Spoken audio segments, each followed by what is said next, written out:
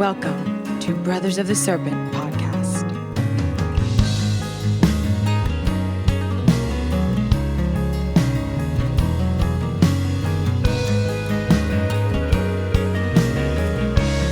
And welcome back, ladies and gentlemen, boys and girls, angels and demons and monsters and serpents. It is Brothers of the Serpent podcast, where we talk about pyramids, gods, devils, NEPHAS, Anunnaki, Enki, fucking Enlil, giants, aliens, pyramids, huge rocks, floods, glaciers, pyramids, dreams, spirits, angels, demons, pyramids, and of course, snakes. That's right.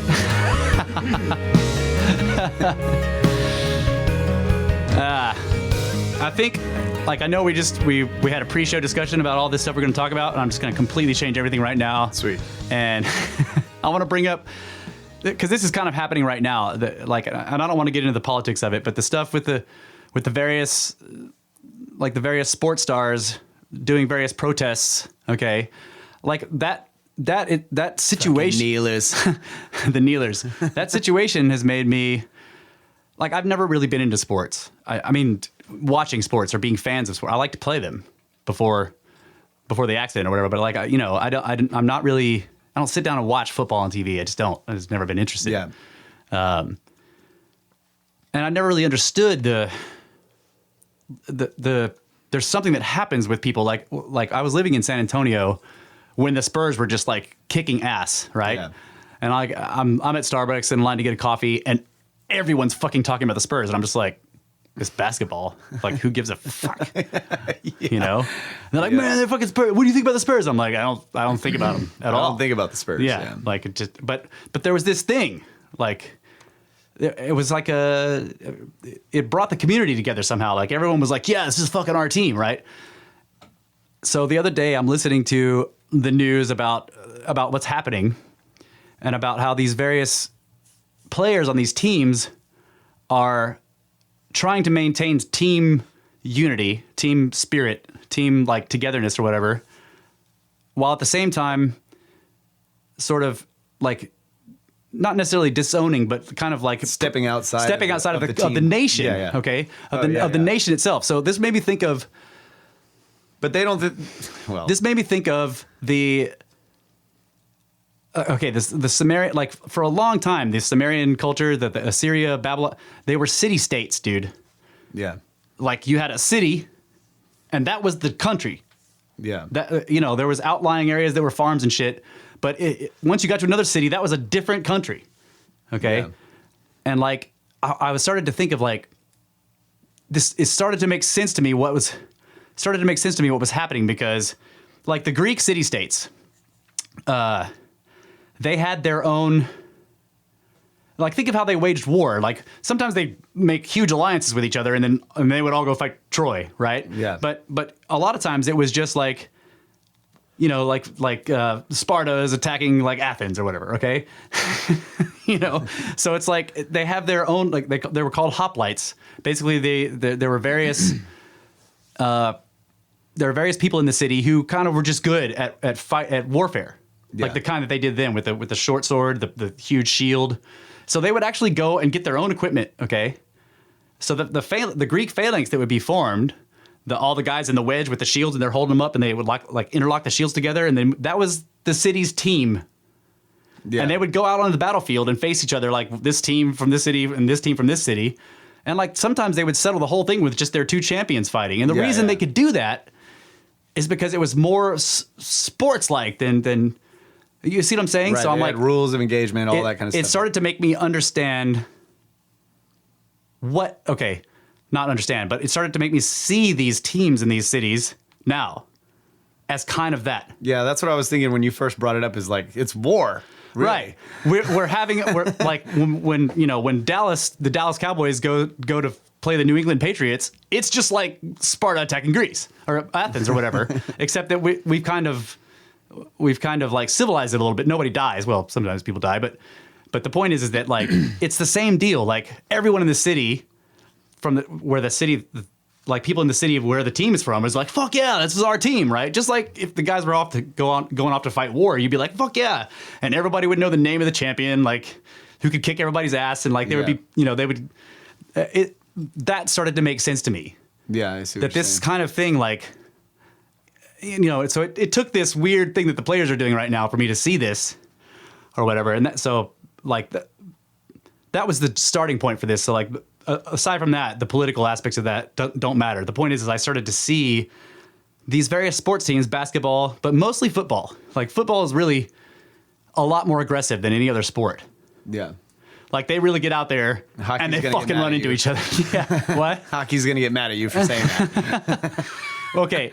Hockey's really fucking aggressive too. But, yeah. But you got to have ice. And like, I mean, yeah, now we can make artificial ice, but they do it inside and come on. Like a football game can happen in a street. You know what I mean? Like technically you could have it anywhere as long as like, you throw down some markers for the rules or whatever, but a hockey you can't.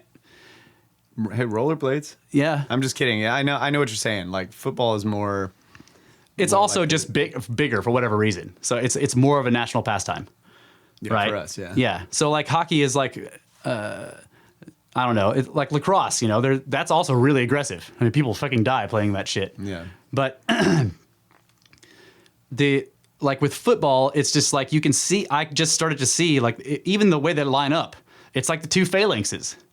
They're all fucking lined up and they're facing each other and shit, and they just, they just run. It's like straight up like old school warfare. They just run into each other and like, and there's all this melee, except that it's civilized in the sense that nobody's swinging swords and nobody's bleeding and all that shit, right?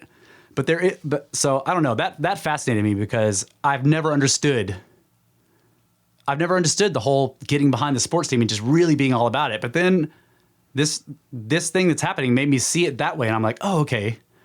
So then I started to wonder, like, who did this? Like, whose idea? Somebody looking in the past and saying, like, we need this. Like, all these little cities across this nation need to have their own cohesiveness, something local to root for, and we'll pit them against other cities, even though we're all as a nation together. Like, if anybody, we're all fighting each other. Like, yeah, fucking Pittsburgh is like kicking New York's ass or whatever. But as soon as somebody else, like somebody from outside the nation attacks us, we're all trying to look at them and be like, fuck you. And then we all attack them, right?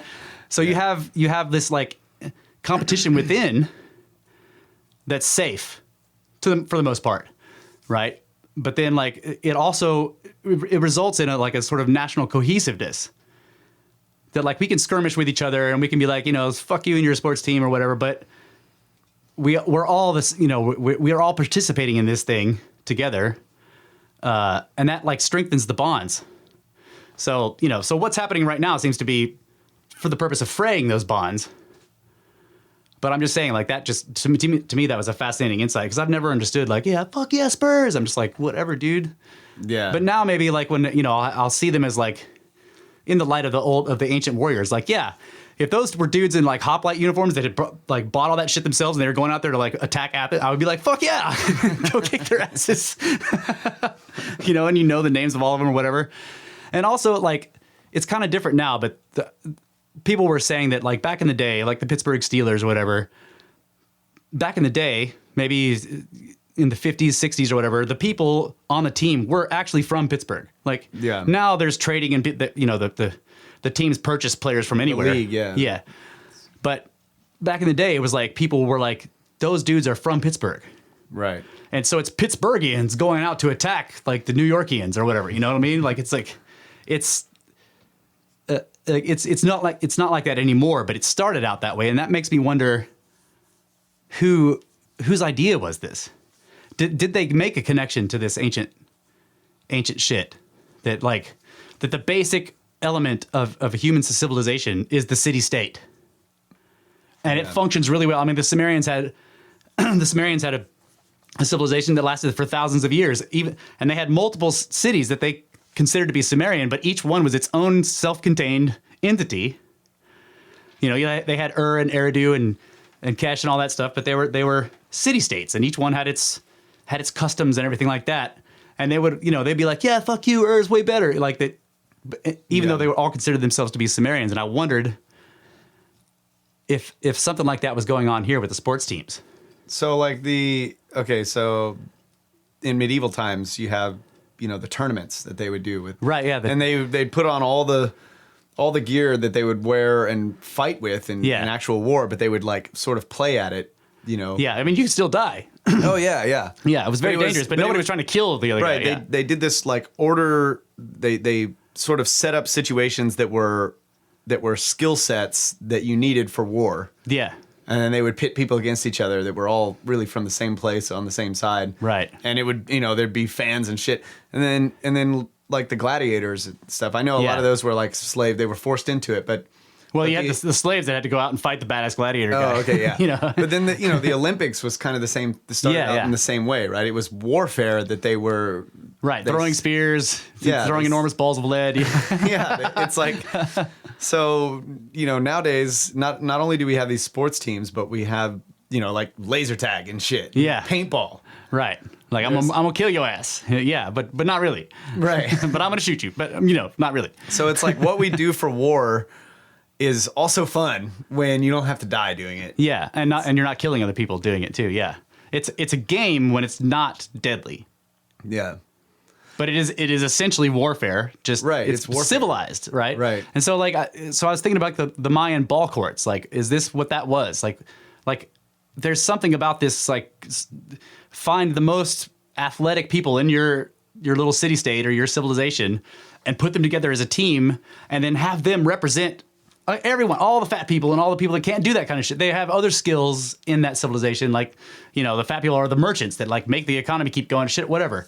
But you have this like athletically badass elite people who like you set out to, in a civilized way, attack other people, Right. There's also the idea that someone at some point may have realized that like, well, like you have all these warriors, right? They're battle hardened. Yeah. Warriors, they're going out and they're fighting and doing all this shit, and they've killed shitloads of people. They're fucking awesome. Yeah. And then they get back and the war is over. Yeah, and they're like, Yeah. And it's like there's the idea that some people, they want that. Yeah. They need the conflict. Yeah. Right. So somebody maybe set up a situation where those people can be sort of pacified. Like you're really good at that shit, so we'll set it up in a way where you can do it and it'll be entertainment. Right. Or even if you come back from a war and you can't athletically be one of these guys, you can still sort of like vicariously experience the sort of conflict, right? By watching it. Yeah. I was talking about the sort more of the origin where it's really like, the melee was you putting on a suit of armor and taking a dull sword out there and kicking people's asses. Yeah, I'm saying like it may work the same now as like, so a veteran comes back from a war, and then he can and then he gets all into the sports and he watches the football and like that sort of vicariously, like satisfies his need for conflict or whatever. Right. So that's what I was suggesting is that it's also a way to sort of pacify that aggressive nature, to civilize it. Yeah. Yeah. To shift it to mostly non-deadly endeavors. Right, but I think what you were mainly getting at was the whole team effort idea, where you're on, it's your city, you're on their side, the team from your city, and like what's happening right now that made you realize this is that there are these people that are supposed to be representing your city from where you're from, and that whole sort of almost like a patriotic type of thing for your local area. It is patriotic. Like, and they're stepping out from the team and doing something that draws attention to themselves. Yeah. There's whatever they think, and you're like, what? That's not what I came here for. There's that aspect of it. And then there's also the aspect that that the thing that they're doing is saying that they don't want to be part of the overall team of the nation. That they don't like it, But they're claiming that's not what they're doing. I know, but that's totally what they're doing. Well, yeah. I mean, like, if they weren't doing that, why are they doing it during the anthem and stuff? It's like, you could do it at a different time. No, Russ. That's what you do. When you're mad about something, you protested during the anthem. Brett's saying that there's also the thing about how when a person moves to another city, they stay a fan of the home team. Which is true. It's not, and it may not necessarily be the home team. It's like wherever the person feels like they're from. Yeah, or even like wherever because like we've got a friend who like is all about the New England Patriots. He's never been there. He just fucking loves the Patriots, right? It's like you. I think that it's not necessarily where you're from. Sometimes it's just like when you first get initiated into it and you feel that sense of like this is badass. It's like whatever that team is. Yeah. This is why like people will stick with the like teams that have decades long losing streaks. They'll stay with them. Yeah. I mean they'll be like, yeah, they lost again, like figured, but eventually there's this enormous winning streak, and they're just like, fuck yeah, and they've been waiting for 20 fucking years for it to happen, you know? Like Dad with Miami. Yeah. You know, like there's just like for years they lost all the time, and he was just like, yeah, you know. But then there was a couple of years where they were kicking fucking And ass. after global warming, the hurricanes started just kicking ass. That's right. That's right. Keep driving that SUV. My football team's winning. That's right. Hurricanes are kicking some ass.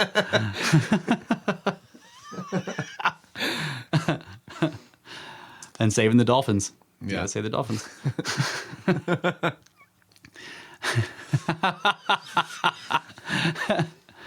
Yeah, so I just wanted to bring that up, that like it was kind of a weird insight.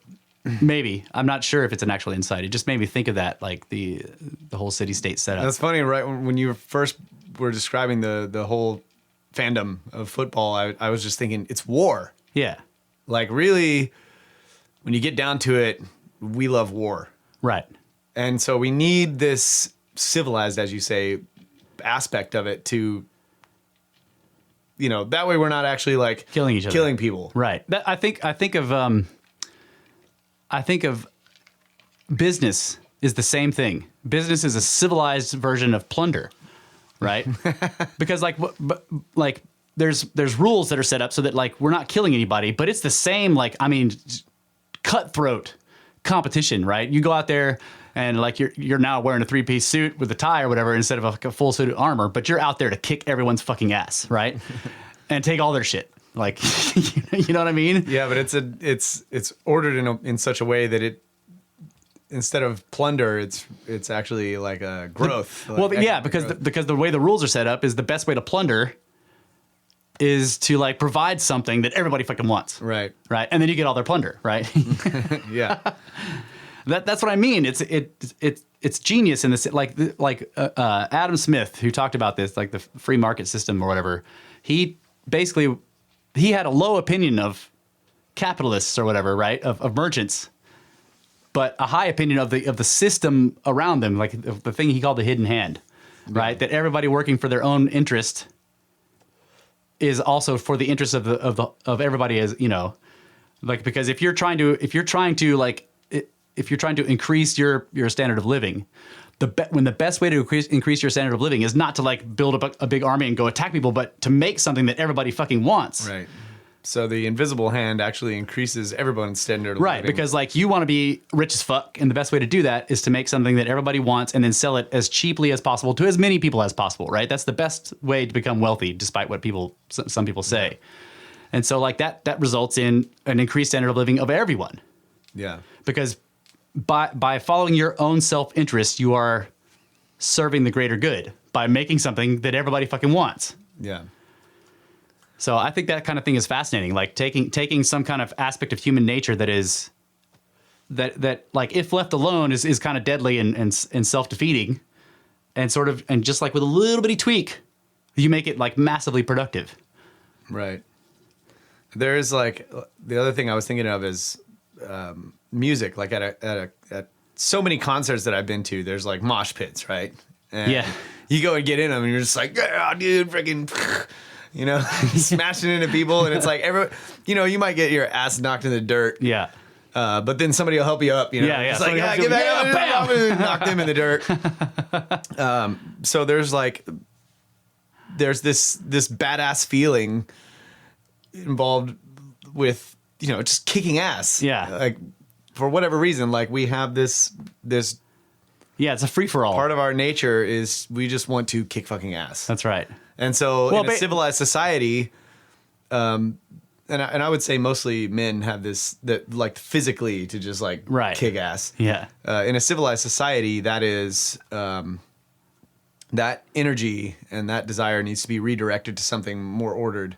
Right. Less destructive. Yeah. Right. Exactly. Less ultimately destructive. Right. Yeah. Yeah. Brett's saying in the business world, what you wear is important. Also, like what kind of suit you wear can totally impact the influence on your adversary, the person. Yeah, that's right. So like instead of showing up with like crazy, like woad symbols all over your face and like huge horns on your helmet, You just have like this badass fucking pinstripe, you know? People are like, oh shit. That guy kicks ass. That guy fucking kicks ass. Look at his Rolex, man. Fuck. Yeah. Yeah, it's all the same symbols. They've just been shifted. You know, I'm just fascinated with the fact that it's like you take something that would be otherwise destructive, the desire to plunder, right? I want to be rich, right? Like I want fucking stuff. So you take that, like which for thousands of years made people go out and steal people's shit with big armies. Yeah. And you sort of redirect it by saying like, well, here's how you do it now. Like you can become extremely wealthy. Like with, you know what? We should start a team called the Raiders.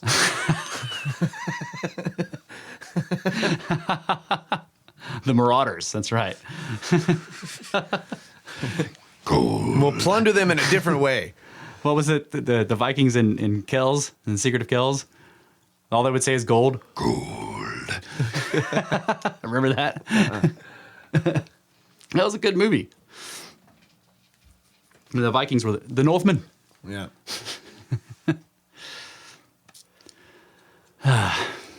Yeah, so I guess that's about all I have to say about that topic. I've been thinking about that all week because of this stuff happening right now with this. Like, it's sort of fascinating me how people are feeling betrayed by these players doing this. That's what made me connect it to the whole city state deal, because it's like there's some kind of the whole endeavor of the sport is wrapped up with like patriotism and like, you know, with the country and stuff like that. So when these players start dissing the country, people are like, hey, like what the fuck, you know? Yeah. Treason. Well, it's just like I don't know. Maybe the connection is there because of all the patriotic stuff that happens at the beginning. Like every game, you know, they get somebody to do the anthem and they try to find the most badass person to sing it or whatever, and then everybody stands there and like they, you know, like that didn't always happen, but now it's like, and then they all have the jet flyovers and shit. Like there's all these symbols that happen at the beginning, and so when these, so it's like it's kind of like I imagine like in ancient Greece, you know, if they were having a parade, you know, this big sort of national parade or whatever, and like there were a couple of guys in the phalanx who like refused to pick up their shield and march with the phalanx because they were like, no, like I'm mad about like what Greece is doing right now. Like people would be like, fuck you, man. You know, it's like the same thing. It would not, whether the guy was right or not about what he was protesting. The reaction of the general point. Right, the reaction of the general populace is negative because they're like that guy is the champion of the city. Yeah. You know, and he's basically saying like, fuck the city right now. You know, so his correctness or incorrectness on what he's doing is sort of immaterial to the public reaction to it, and the place that he kind of holds in the psyche of the public. Yeah, that's what was fascinating about the whole thing. So, it's pretty interesting. Yeah, that's cool. I did not think about it that way. I was just like, I'm tired of hearing about football.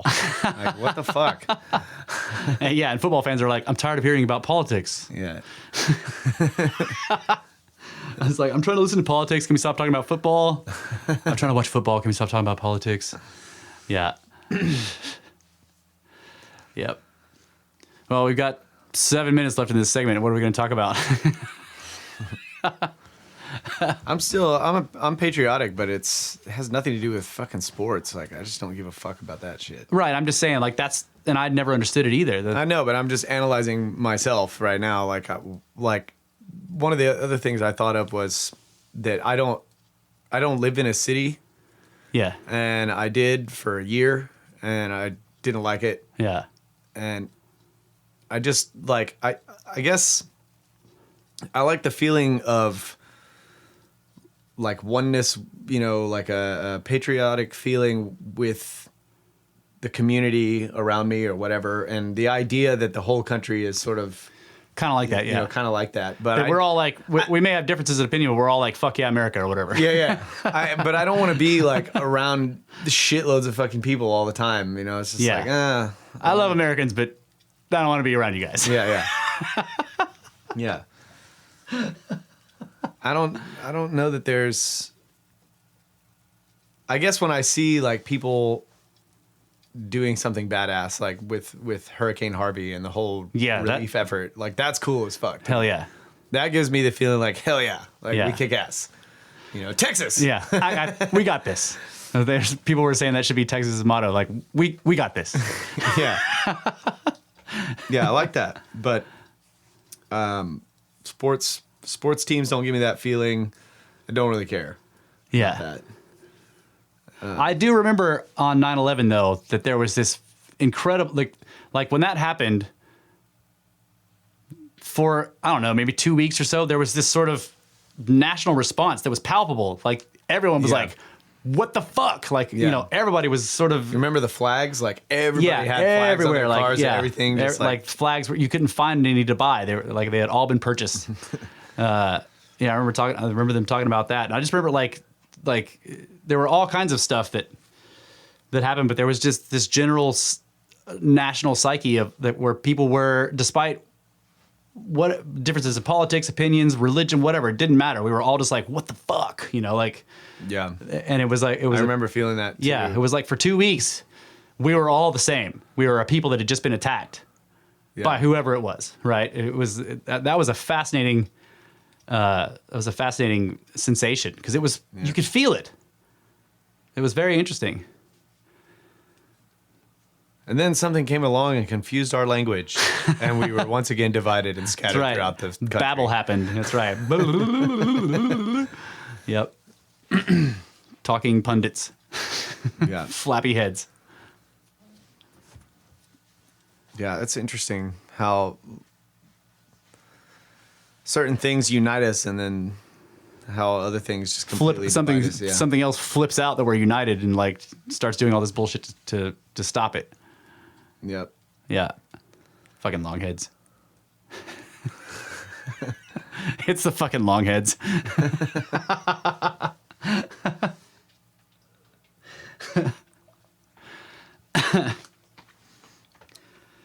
So, you've been going through the Feynman book again. Like, I mean, we could talk about this for a brief, like your updates on the physics stuff. Yeah, I've been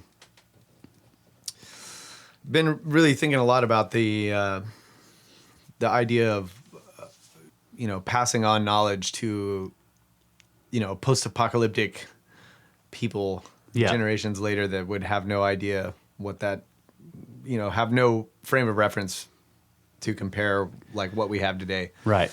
So I started looking into just going back and refreshing on some physics to try to get ideas on how to say, like the main focus was like taking the laws of physics and converting them into a personified story with like gods and men and whatever. Right, like the stories where you say like the information in the story is not for them. Yeah, exactly. Yeah. So the one idea I've had so far is I was thinking about conservation of energy, and I still have to work on this. Like, it's not right yet, but it was a pretty cool idea. The idea that energy is never lost. Okay, if you're not talking about entropy, yeah, but that the energy in something or energy somewhere can be converted into other types of energy. Yeah, I think the conservation of matter and energy basically says that the matter and energy in the universe will always remain the same amount no matter what. Entropy just means that some of it's lost in the sense that it can't be recovered, but it's still there. Right. Yeah. Right. It's definitely there. So the idea I had was like you have this god, whatever his fucking name is, and he is immortal. And there's, whatever his storyline is, he's going along interacting with people, and then one day like some human kills him with a sword, for example, was the idea I had. Kills the god, and he's like, holy shit, and thought he was immortal, and everybody's like, ah. Well, the essence of the god, his entire being, like goes into the sword. Whatever it is that killed him, like he's converted into that thing. Yeah. So it's not exactly like the way energy is conserved, but if you have a bouncing ball and the ball is interacting with the floor that it's bouncing on, part of its energy, as the ball comes to a rest, a lot of its energy is converted into heat energy in the floor, or whatever. Okay. So that was kind of where the idea stemmed from. So the god becomes the sword. Like all of the sword starts glowing or just whatever. Yeah. Like the sword becomes incredibly powerful, has all the power of the god in it. Yeah. right? And the guy's just like, holy shit, the sword's fucking badass, you know? It's talking to me. And then something comes along and destroys the sword. So the basic idea was that whatever destroys it, it becomes. And it's a fairly simple way of conveying the idea of the conservation of energy. So Right. like somebody melts the sword down to like make two different weapons with it or whatever. Yeah. And instead of the god's power going into the two weapons, the god's power goes into the fire that destroyed the sword. Right. And Now he's in the forge. Yeah. And Yeah. then somebody fucking douses the fire with water and the god becomes the water. Yeah. And so on and so forth. And then he becomes the clouds, and then he rains back down on the earth, and like the rain builds the human form of him again, or something like that. Yeah, so I was thinking of a way to where in the story he could become a man again, right? Yeah. Or- Become a being, Yeah. right? Like a man. And so I don't know what the exact process would be, but it'd be cool to work on that story and try to create like the whole life of this Yeah. God surrounding all of these other occurrences, and try to not only do that, but make the other occurrences in the story part of other physical interactions between things in their nature. Yeah. So it's You could have it where he becomes the fire, and then he becomes the water, which then becomes rain, which then like becomes all these different plants, which feeds people, which become babies, and he becomes like everyone. Yeah, yeah. So Osiris slivers. yeah, so I've been thinking about that, and I don't think it's something I'm going to figure out quickly. Yeah. It's something I'm going to be working on for a while. And anyway, that's I'm really into this project. So Yeah. any ideas anyone has about anything like that, that'd be, I've been working. Well, we need to take a break, but I have been working with Stellarium on the other idea of like trying to map places with the stars. yeah, cool. Yeah. Oh yeah. Haven't. I found I can put myself in any place in the world Right. in Stellarium, and then like put it to any time. I haven't figured out a way to like wrap that around a map, so that I can see where stuff is.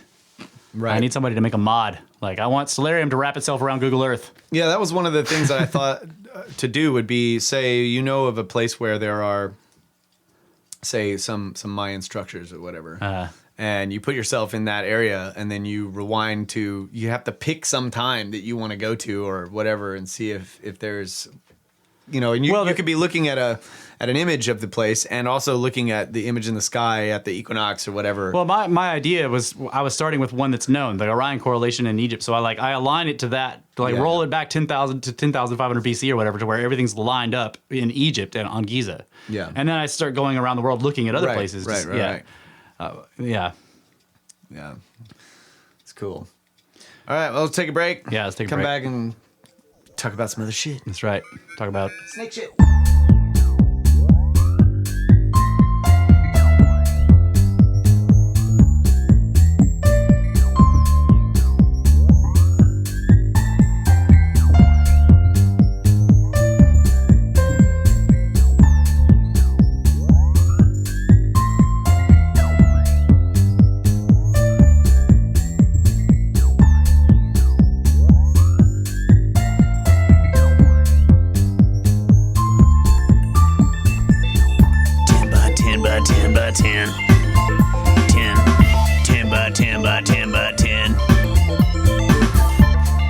Welcome back, folks. Brothers of the Serpent podcast, hailing to you from the 10 by 10 by 10 tangent cube of science high atop the Edwards Plateau. We are just a rolling ball in space in the grand shooting gallery. And we're going to talk about less important things. Yeah, so I got I recently bought on Kindle. I bought Jim Vieira's book called Giants on Record. Fuck yeah. America's It's talking about the Giants. Yeah, America's hidden. Where is it? Where's the subtitle here? America's hidden history, secrets in the mounds, and the Smithsonian files. And I like Vieira and his brother and Hugh Newman basically like all kind of collaborated on this book, and they're not the first ones. Like this, they're basically standing on the shoulders of giants, and no pun intended. Like there's been guys that have done a lot of work in this field before this, but they're the most recent ones, and they're kind of they've been using social media to sort of like that's how I first found out about Jim Vieira. Is like he was back when I was using Facebook as a means of communicating with other people interested in alternative archaeology and shit like that. That's how I met him. That I used to be on his feed where I would get like he would post The Daily Giant. the Daily Giant, yeah. Like he would post articles that he was like actual scans of newspaper articles, old ones that he would find. And then when we went to Vermont, I sent him a message like, "Hey, bro, like we're fucking up in the Northeast, like, you know, like is there any kind of old stone chambers or anything like that we can go look at?" And he was like, "Oh, I don't know anything about Vermont," but he poked around for me and he found a couple of places that he told us to go. He was like, "I heard there's a standing stone or something up there you guys could go look at." So we went. He told us about Smith Farm. Yeah, Smith Farm, and we actually found it was a kind of a roundabout way. Like we thought we were looking for. What did we think? We thought it was like a stone circle or maybe a monolith. Well, there were two things. There was Smith Farm, and then there was another place that Uncle John told us about that wasn't That's right. Vieira. That's right. But Vieira sent us to Smith Farm, which actually Is an enormous place that is now split up into like a bunch state. of, It's like state property or whatever. Yeah, and now there's it's like pieces of it are state property, and there's a bunch of it that's private. But it's basically just an enormous. It used to be an enormous like homestead. yeah. Yeah. So we went there and fucking got our minds blown by Yeah, it was very interesting. Like we were driving on the road where we knew it was called Smith Farm Road or something like that. It was basically like a road along the top of a ridge, and through deep forest. It was, and we were driving up and down. We were like, we don't really know where to go. It was just this long road, and there were kind of houses and stuff. And there was a guy outside mowing his lawn, so we stopped. And I walked up to him and be like, "Hey man, so like, are there any giants out here or what? Mounds?" Like, we asked him about the mounds, the stone, like the stone stuff in the woods, and he said it was interesting because we had been talking to him for a while at that point, but he gave this kind of sideways look, and he's like, "Well, yeah, people." He said something about how they're controversial. Yeah. You know, that was fascinating. We were like, "Oh yeah, we know." He said one of the universities was coming out to do a study, like another study on it because it was still inconclusive. Yeah, that's right. But yeah. they thought they were all like, you know, the settlers, like right. these The colonists had done it. the Smith farmers, Yeah. right, had just piled up these stones. Right, but he was basically kind of implying, I thought, that the people that lived in the area thought that was bullshit. Oh, okay. Well, he's like, "You want to see one?" We're Yeah, he's like, "There's one right down here." We're like, "Fuck yeah!" It's like one in my backyard. Yeah, and it was small. We went down there, but it was like nice and round and pretty tall. I think it was like 4 or 5 feet tall. yeah, and there was 8 foot diameter, maybe. It was basically comprised of granite, like roundish granite. You know, just stones. They were all stacked up or whatever, and they weren't. They weren't shaped stones. They were just piled, but they were piled in a very orderly fashion where it was like, you know, fairly smooth on the outside. Yeah, that's right. And he basically was like, "So if you're looking for these, just drive up and down. They're all in the woods." Yeah, and they're everywhere. We're like, okay. So we get back in the car, and we're kind of driving, and like we're looking really. The woods are like in this area, like you're in the road, and there's kind of a lane above you where the canopy is broken because of the road. So there's sunshine coming through, but when you look into the woods, it gets dark. It's dark in there. Yeah. And so we're kind of like having to peer, and like suddenly we begin to see that there's like these enormous rounded shadow forms. Like the one he showed us was tiny. Yeah. And we started saying like, "Holy shit." We're like, "Dude, I think like pull over. let's pull over right now, Uncle fucking John now." just like Jesus pulls Christ. over, we get out and And they were like literally, we walked down to the woods, and once your eyes adjusted to the gloom, they were everywhere. They were enormous. Like some of them were really huge, like where you're looking at a side of it, and you're like, you think, okay, this is kind of the size of a house.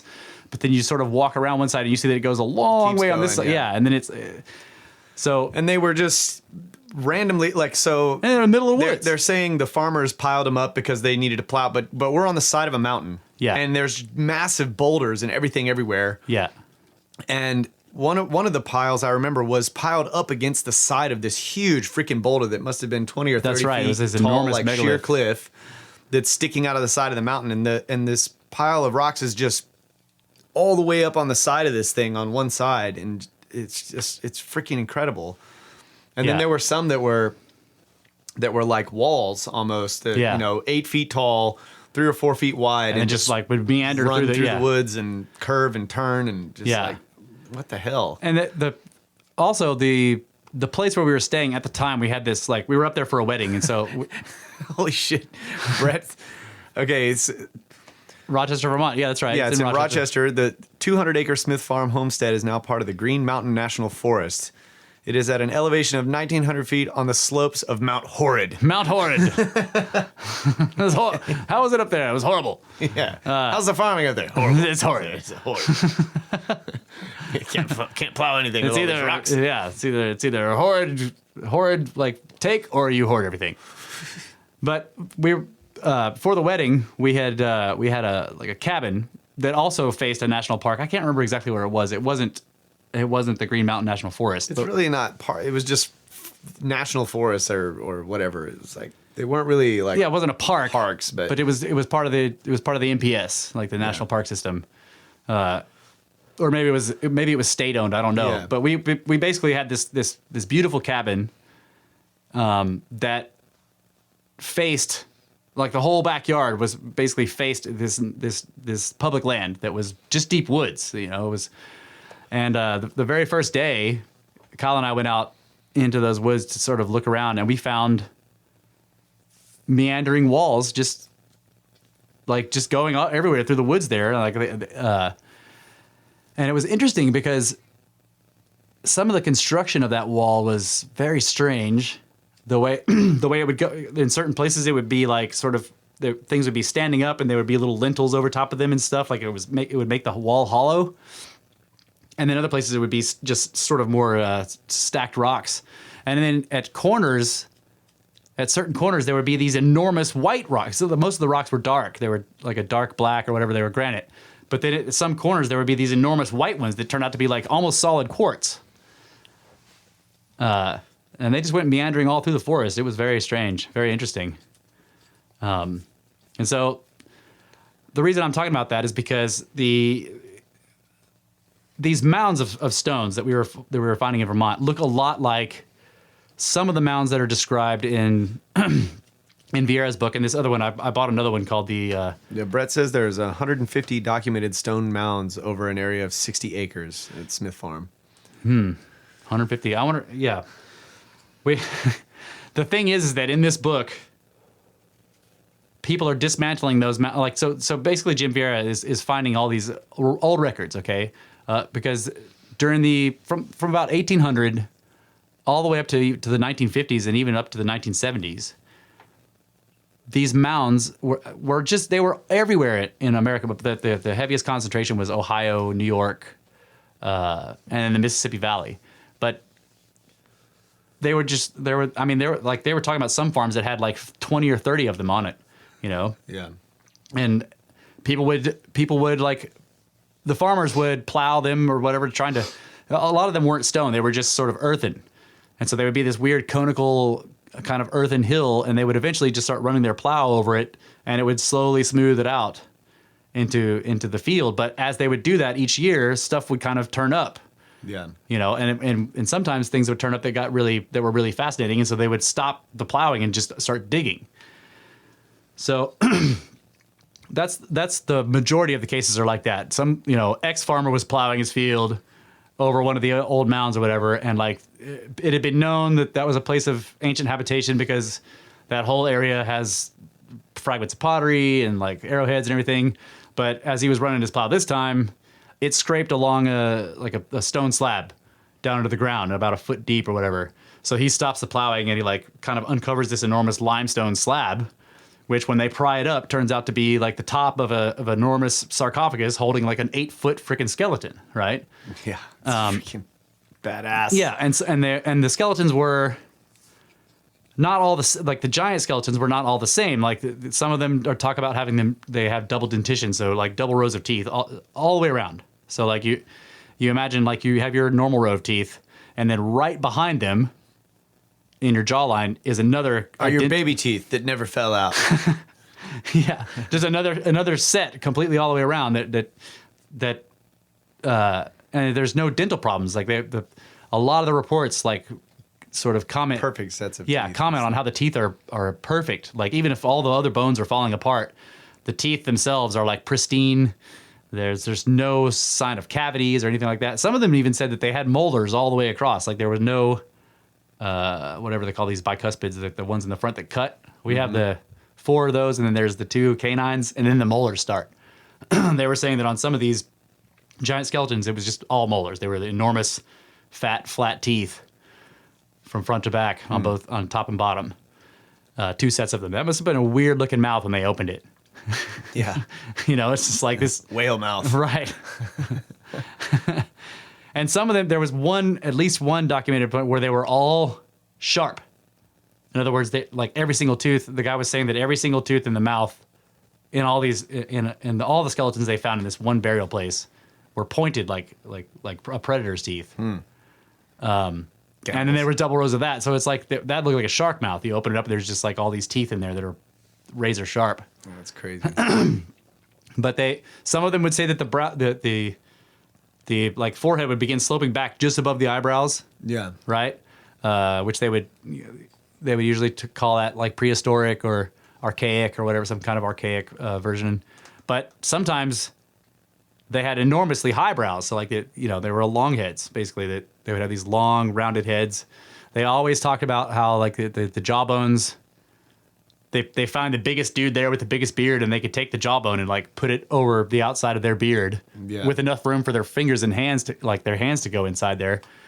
Or they talk about how like the biggest skull that they found in the place was the size of a bucket, like a good, like a 5-gallon bucket. It's like this enormous skull. They'd say a bucket or a basket, that if it was open on the bottom, people could wear it like a helmet. Like you just put your entire head inside of the cranial cavity of this skull.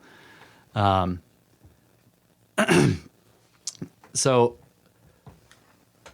there was a lot of reports of 7 foot to 8 foot or whatever, but there were plenty that were like 9, 10, and there were a couple that were like 12 to 14. Yeah. Okay. And I suspect by the way the reports read that the reason there aren't as many 12 to 14s is because people were hesitant to say that. Like you find a 7-foot skeleton, you're like, well, he's 7 foot man. He's like, well, there are 7-foot people. They're rare, but there are. 8 feet is kind of getting up there. 9 to 10 feet is like, there's no known normal human that's 9 to 10 feet tall. But once you get to 12 to 14, people are like, whatever, dude. Like bullshit. Yeah. So they will say things like, you begin to see across the reports that they'll say like, there's an 8 foot, and there's this guy may have been 9 to 10 feet, or they'll say, and then there were some skeletons that may have been larger. Yeah. Right. Or they'll say anywhere from they were from 9 feet up. Which is like, okay, up. Like what? How far up is up? Also, the burial attitudes, like almost invariably they were buried sitting up.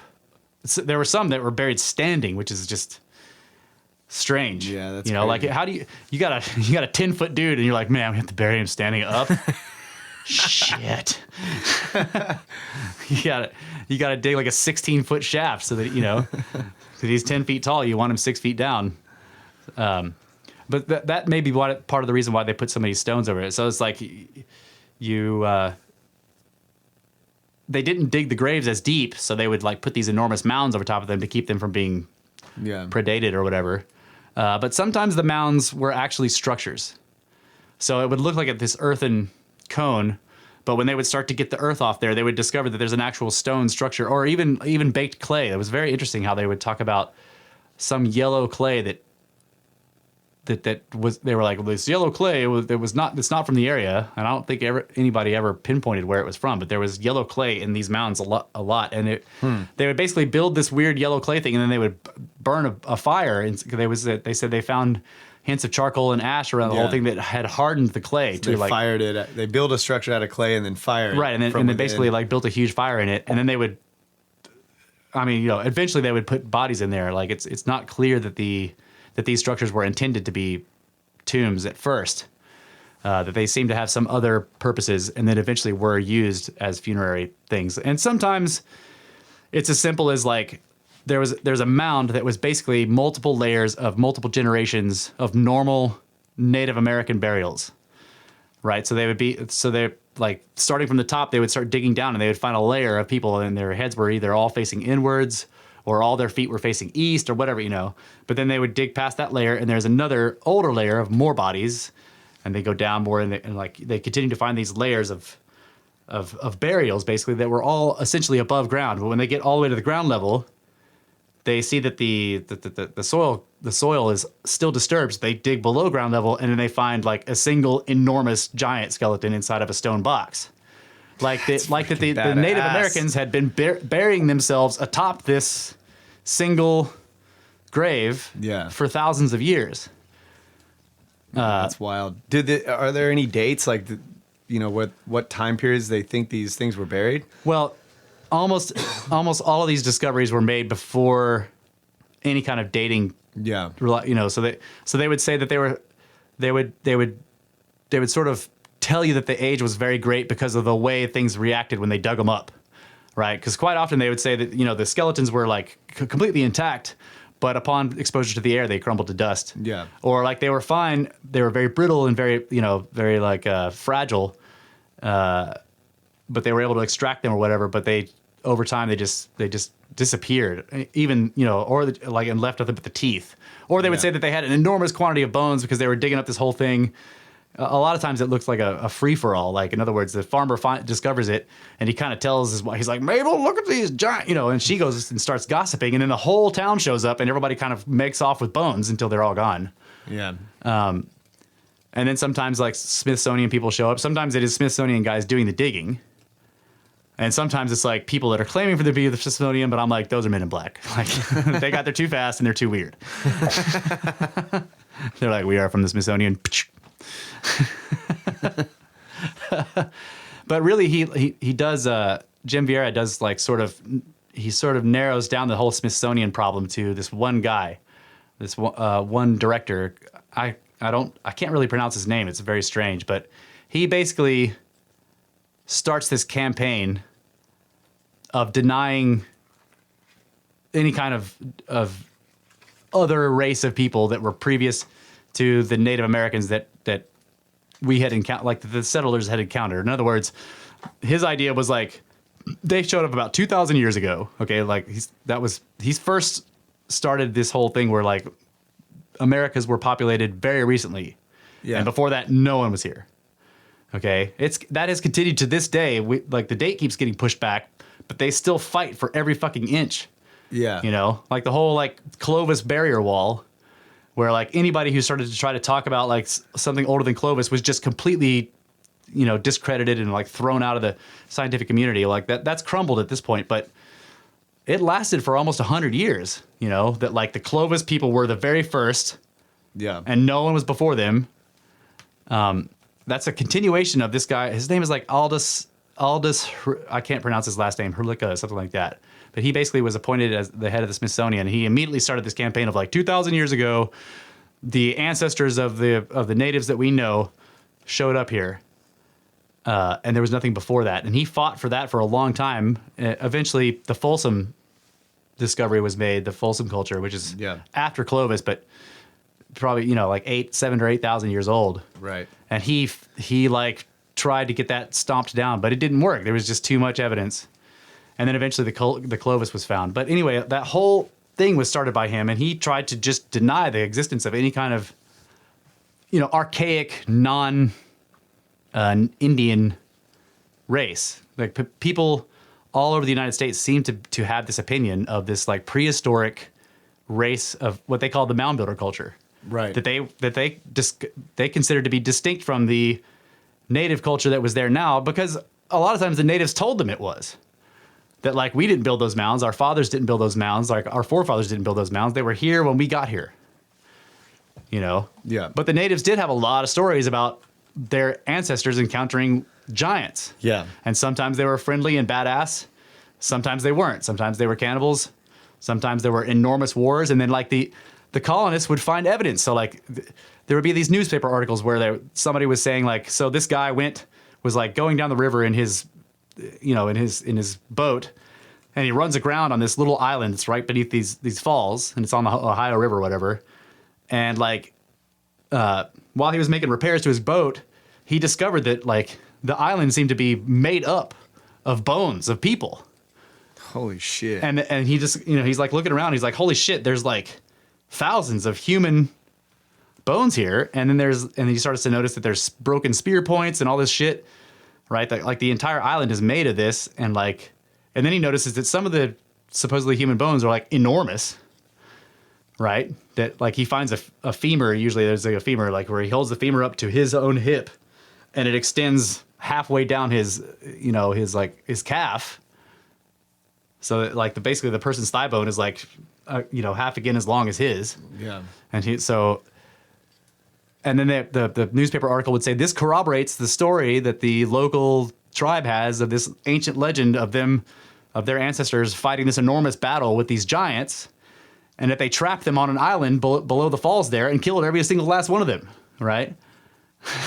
It's like a lot of articles were like that, where the people writing the stories are like, wow, look at this. Like, we found physical evidence that like completely corroborates this supposedly mythical legend, that the local Indians have had of like fighting off these giants and killing them all. So, well, this guy lands on this island and discovers like it's covered in bones that are human, but they're enormous, right?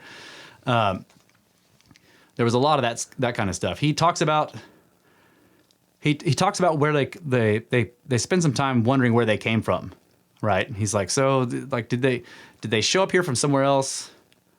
Did they come across the ice bridge? Yeah. Did they come across the Bering Strait? Bearings have to be round. That's all I got to say. But he talks about there's like the Catalina Islands, something like that. There's basically off the coast of California, there's a bunch of islands, okay, in the Pacific. And on some of them, there have been some very strange finds that have to do with giants. And it basically looks like there was an enormous population of giants on one of these islands. Their bodies were found in caves. They were mummified, buried up in the stones in the mountains. And they also identify the fact that there were basically two distinct types of giants. There was black-headed ones and red-headed ones. Both of them grew like enormous beards. Both of them were white-skinned. Okay, they were the Indians called them pale faces, right, or white people, and this was kind of confusing to the Indians at first because like white people start showing up, they're like, wait, they're short, but they have beards, but they're short, and they're dumb. But because a lot of times they had great respect, even if they had fought to the death with the giant race, they had great respect for their command of the forces of nature. And there was one really fascinating part in there where like there was a guy that had kind of like, there was a doctor, an anthropologist, or like what you would consider to be an early anthropologist. This was before they had something called anthropology, but that's basically what he was doing. So he had spent a lot of time around this Indian tribe to the point to where they trusted him. He had shown himself to be trustworthy, so they would tell him stuff, right? And so they were basically, him and the chief of this tribe were exploring these caves together in these mountains that had all these burials of mummified giant skeletons and other things that indicate high technology. And at one point he asked the chief, he's like, well, like, you saw them doing these things. Why did you not, like, how come you didn't try to learn from them because the chief would talk about how difficult some of the battles were because these guys had commands of forces of nature. Whereas the Indians we had arrows and, we were just like, fuck, but they fought them off anyway. So he was asking him, like, why didn't you, like, spy on them, like, figure out the technology, steal it or whatever? And the Indian told him, he was like, we did have that command of nature at some point, or like our forefathers did. It was given to us in the form of a book by the Great Spirit. But eventually we lost the book. And from then on, we have never had that command. Like, I was like, okay, what is that? What is he saying? There's symbols in there that, like he obviously isn't talking about like God sticking his hand down out of the clouds and be like, here's a book of all the knowledge of the universe. Like, there's something there though that he's talking about. Like, there was a book, some sort of repository, right? But then they lost it, and they never tried to regain it. there was something about losing the book meant that you weren't like, if by being given the book by the Great Spirit meant it was okay for you to do these things that were in the book. Or maybe they had writing and then they lost writing because they didn't have writing when we got here. Right. Well, I say we, but when the Europeans got here. Another fascinating historical aspect of this, and like this can be confirmed, unlike a lot of the people think that the giants can't be confirmed because it's just newspaper stories. But there was an Indian chief, and he was enormous. Okay, so like first of all, you have to understand that like when colonists started coming here, there were still giants here. Often the chief of the tribe would just be like 8 feet fucking tall and just badass, right? That was pretty commonplace back then. So Jim Vieira goes through a lot of those accounts where like he's like, so the giants were actually physically present at the time of the colonizations, like all the way up until the late 1800s. There were still enormous natives, and people would comment on like not only were they enormous, but they were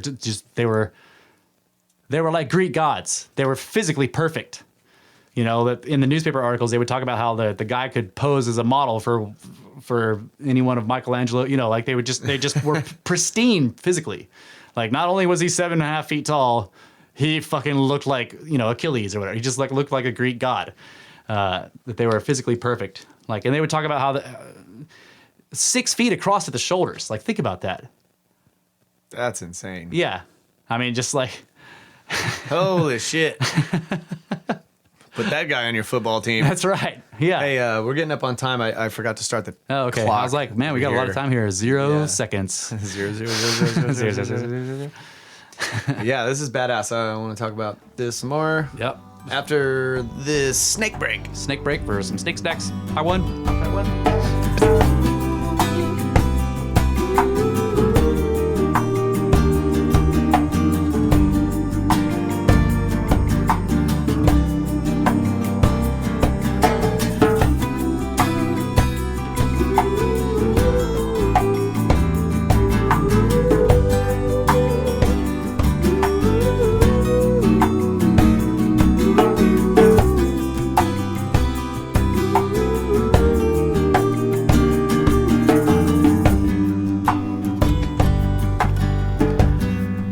Welcome back. It is the first segment of the second hour, Brothers of the Serpent podcast, and we were talking about ancient giants in North America. We started out by talking about the various stone mounds we found in Vermont, and on doing this study recently, I've become convinced that those stone mounds probably have giant skeletons beneath them if they haven't been disturbed, and they didn't look like they had been disturbed to me. Yeah. And we actually started to like we were going to dig on one, but we didn't really get very far. We kind of pulled some stones out. We were just like, wow, this is going to be hard. Yeah. It would have been an enormous task to get down to ground level from even just for a part of it, because like the stones were big. And I mean, they weren't too big to move, but they were too big to kind of grab with one hand. Yeah. So it would have been a lot of work. And you basically have to dig a funnel. Yeah, you have to dig a funnel because they're all rounded, and you have to pick each one up with both hands and kind of lift it up and hand it to somebody, and then he has to do something with it or whatever. It's just like it would have taken a long time, and that mound was probably 10 feet above the ground level at least, maybe even higher. They were pretty tall. But anyway, in the books that I've been reading, most of the mounds are made of dirt, but there are enough mounds made of like what they called, artfully piled, unworked stone, and there's even some drawings in there. So like a lot of the people who are doing the research, when they find the articles or whatever, they find other things, and they'll find like sketches made of the people who dismantled the mound. And so there's sketches of how the stone looked of the mound, and basically the way it was arranged. And I'm looking at those sketches. I'm like, that looks exactly like we were looking at in Vermont. I mean, exactly like it. And what those mounds turned out to be is basically like a very heavy cumbersome pile of stones on top of a grave that's below ground. So it's like because they often they didn't seem to bury them very deeply. Yeah. It's almost like a marker. Yeah, it's both a marker, but and also like if you bury something in a place where you can't really get it deep, in order to keep predators from like digging it up and like dismantling it. Yeah, true. You pile stones on top of it, and even to deter people from digging it up if they knew that they were buried with stuff, artifacts, and, right? So like and I mean some of these stone mounds that they were talking about in this thing, they're like it was 150 feet around. Basically if you walk the circumference is 150 feet and it was like 12 feet tall and it was just like tons of stones just thrown in this single pile, and they would dismantle all the stones. A lot of times they would kind of be like quarrying them. They would be using them for some of the building projects. And so the wagon loads of the stone would be taken and like there's nothing in it, but then they get down to ground level and they realize like, wait, there's something here. And then they would dig down and find graves, Like somebody had piled stones on top of that thing just to make it, like you were saying, just as a deterrent, even for people. Like that's too many stones to like grave robbing this would take like a year. So, So yeah, I was thinking about as I was reading that, I started to think about those mounds in Vermont. And I was like, oh my god, like we were probably standing on top of giant skeletons down there under the ground somewhere. Yeah, that's freaking badass. Yeah, so if like Brett was saying, there's 150 of those stone mounds in that area. That sounds exactly like because they'll talk about how these mounds are all sort of in the same place. Like sometimes it's a single gigantic mound. Like some of these that they discuss are like really enormous, but more often it's a bunch of smaller mounds all kind of in the same general area. Yeah, one of the things that I really would like to do as a project over there would be to map the mounds, and the only way to do that is to physically go. Yeah, but you can't see it from satellite. There's a canopy. Right. Yeah, so you can't even hardly get a GPS signal, right? Because there's a canopy. So what you would have to do is basically bring surveying instruments. Yeah, and make measurements from, like, you set up an instrument somewhere and then you measure to a mound and the direction and the degrees. You establish a 0 point and then make all your measurements. You start measuring from that point to all the rest of them. But I became convinced while there that there was there was some type of system, design, the arrangement, arrangement to these things because of the strange places that some of the mounds were put, like the one I was talking about that was up against this massive, basically like a cliff. Yeah. Right? And it's on a slope already. So you're on a pretty steep slope. Yeah. There's this massive fucking boulder. I call it a boulder. It's basically just a rock protrusion out of the side of the cliff. Yeah. There's a fissure, like there's a big crack that goes down the whole thing vertically. And this stone pile is literally like leaning up against this cliff, but it starts out at the top like nice and rounded and then just slopes down like very steeply. Yeah. To where even climbing it is like, man, this is like, how did they do this? Yeah. It was freaking huge. Yep. Why would they put that there? Like, what was the point? Right. And I know after exploring that area, I know farmers didn't fucking do that. Right. Farmers don't have time to do that. Right. Yeah. The idea that farmers like built these, like even those mounds, which are like they're at first glance they look kind of like just rocks thrown together, but they're not really that. Like they've been placed in such a way that where the whole thing is really solid. Like it. And I've seen many piles of stone that were made by farmers. Yeah. And now there are some farms where, they probably went back later and made them artistic, right? But that wasn't when they were desperately needing to farm. Right. But there's a lot of like rubble piles you'll see in the middle of fields, farm fields, and they're just that. It's very flat. Yep. They're not tall. They're sort of flat and there's just junk in there. There's big rocks. There's small rocks. They're just like kind of thrown in there. There's maybe a couple of stumps and shit. Yeah, that's right. And it definitely doesn't look like anything you might call masonry, which is what these did. Right. These look like they're like, what was the phrase you said? Artfully. Yeah, they were artfully placed. Piled. That's what they look like. And some of them were very symmetrical very high, and then the slopes were steep, like down which meant that there was some kind of structure there because you like right. like they if you're just throwing rocks into a pile, you'll end up with a sort of an even slope all the way around. But these came down and like would get very steep, Right. like steeper than you could get by just randomly throwing rocks. Like you had to stack them. So a really good example is Old Baldy. There's a park near where we live. Is it Los Maples? Baldy's is in Garner, isn't it? Yeah, Garner State Park. Okay, in Garner State Park, there's this big mountain they call Old Baldy.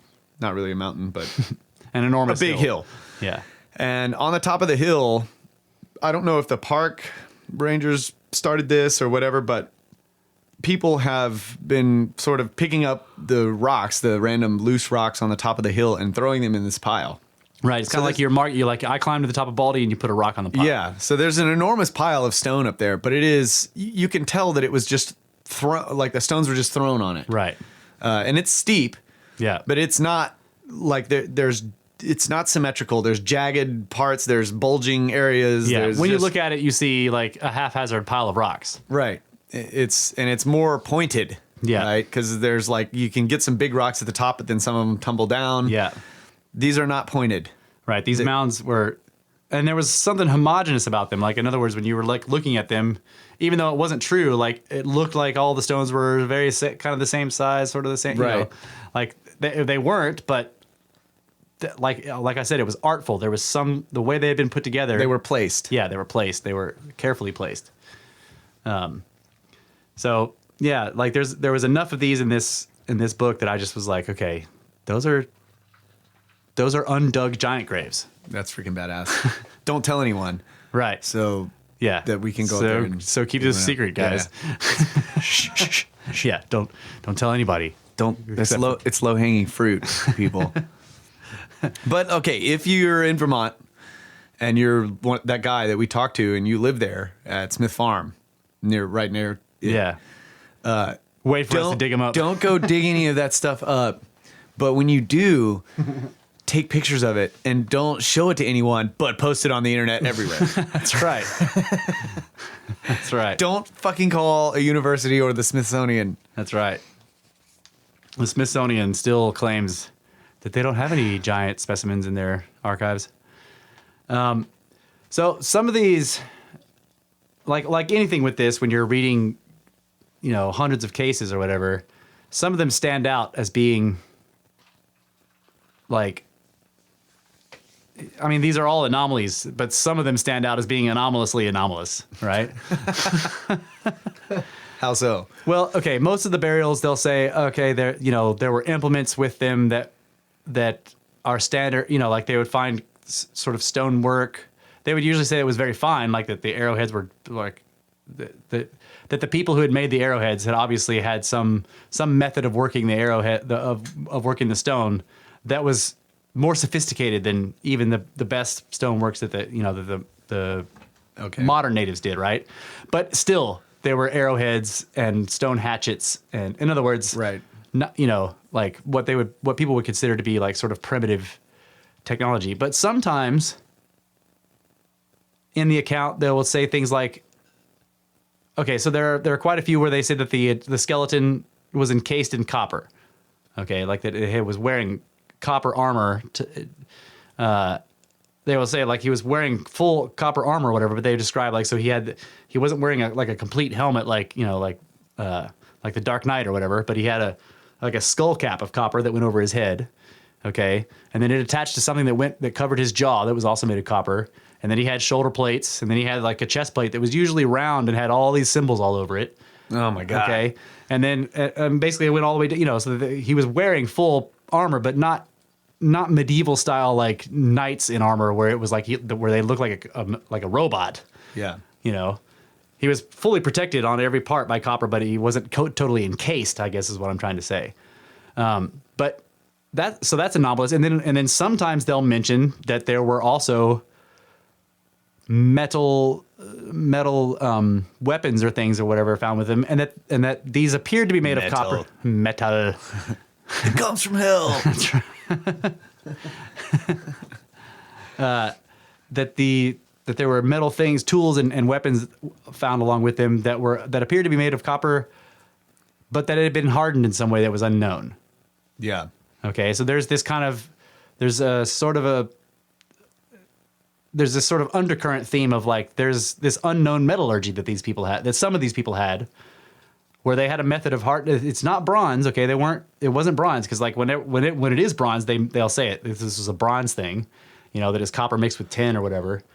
But sometimes it's pure copper, and yet it's hardened in such a way to make it like steel. Yeah, which seems crazy that if they were thousands of years old, that they would be finding copper and not just green powder all over them. Right. Now, sometimes they claim to have found iron and steel implements in there.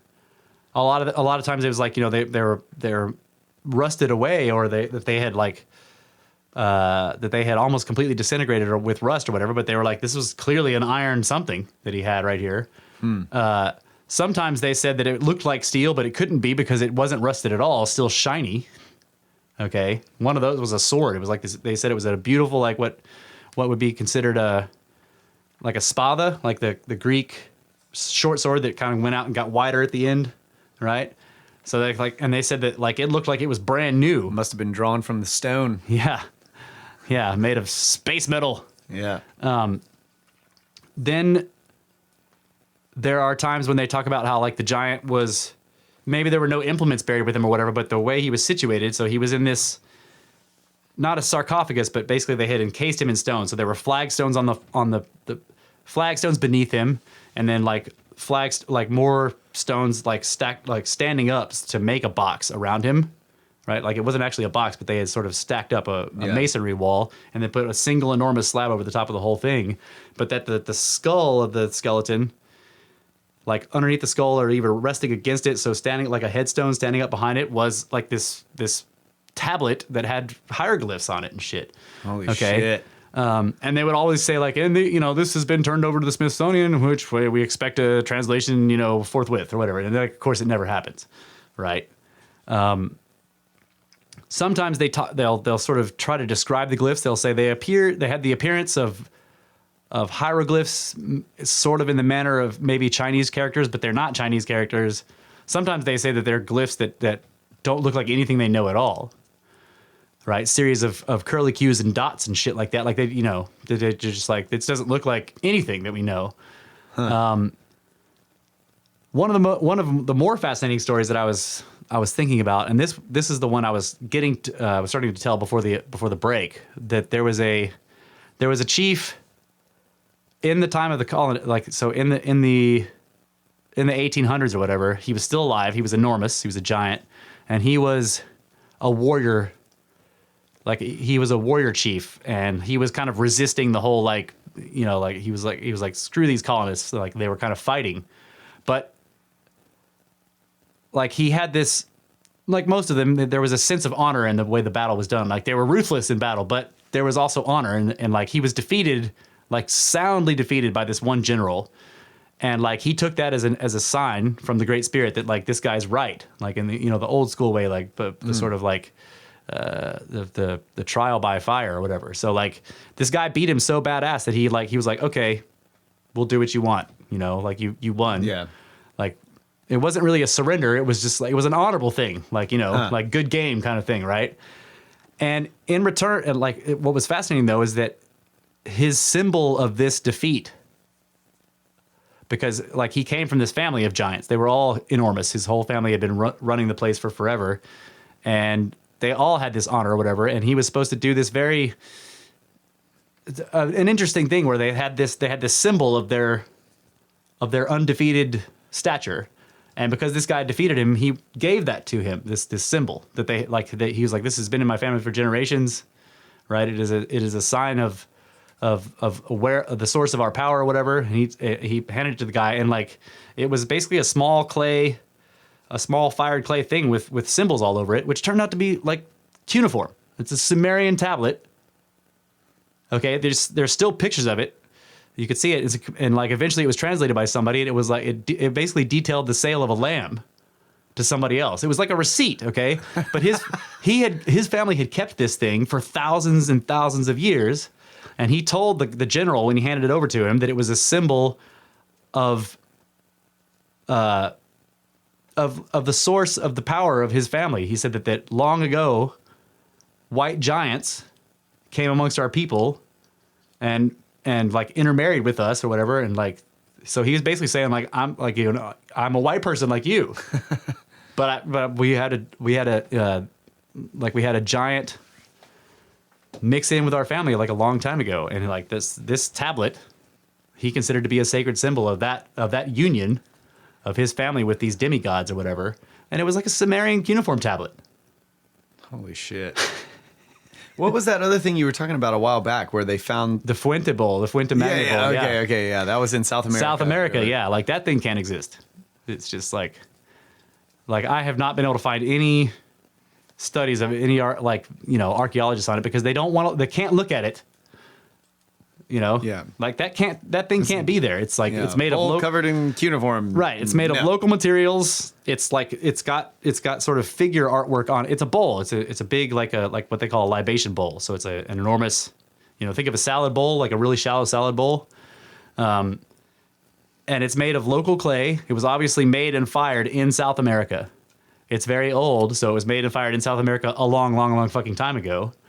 It has figures on either side of it that look like sort of the Viracocha guy, whatever, but all along the inside rim are on one side is like what's known as like the proto-Sumerian hieroglyphs, and then on the other side is cuneiform.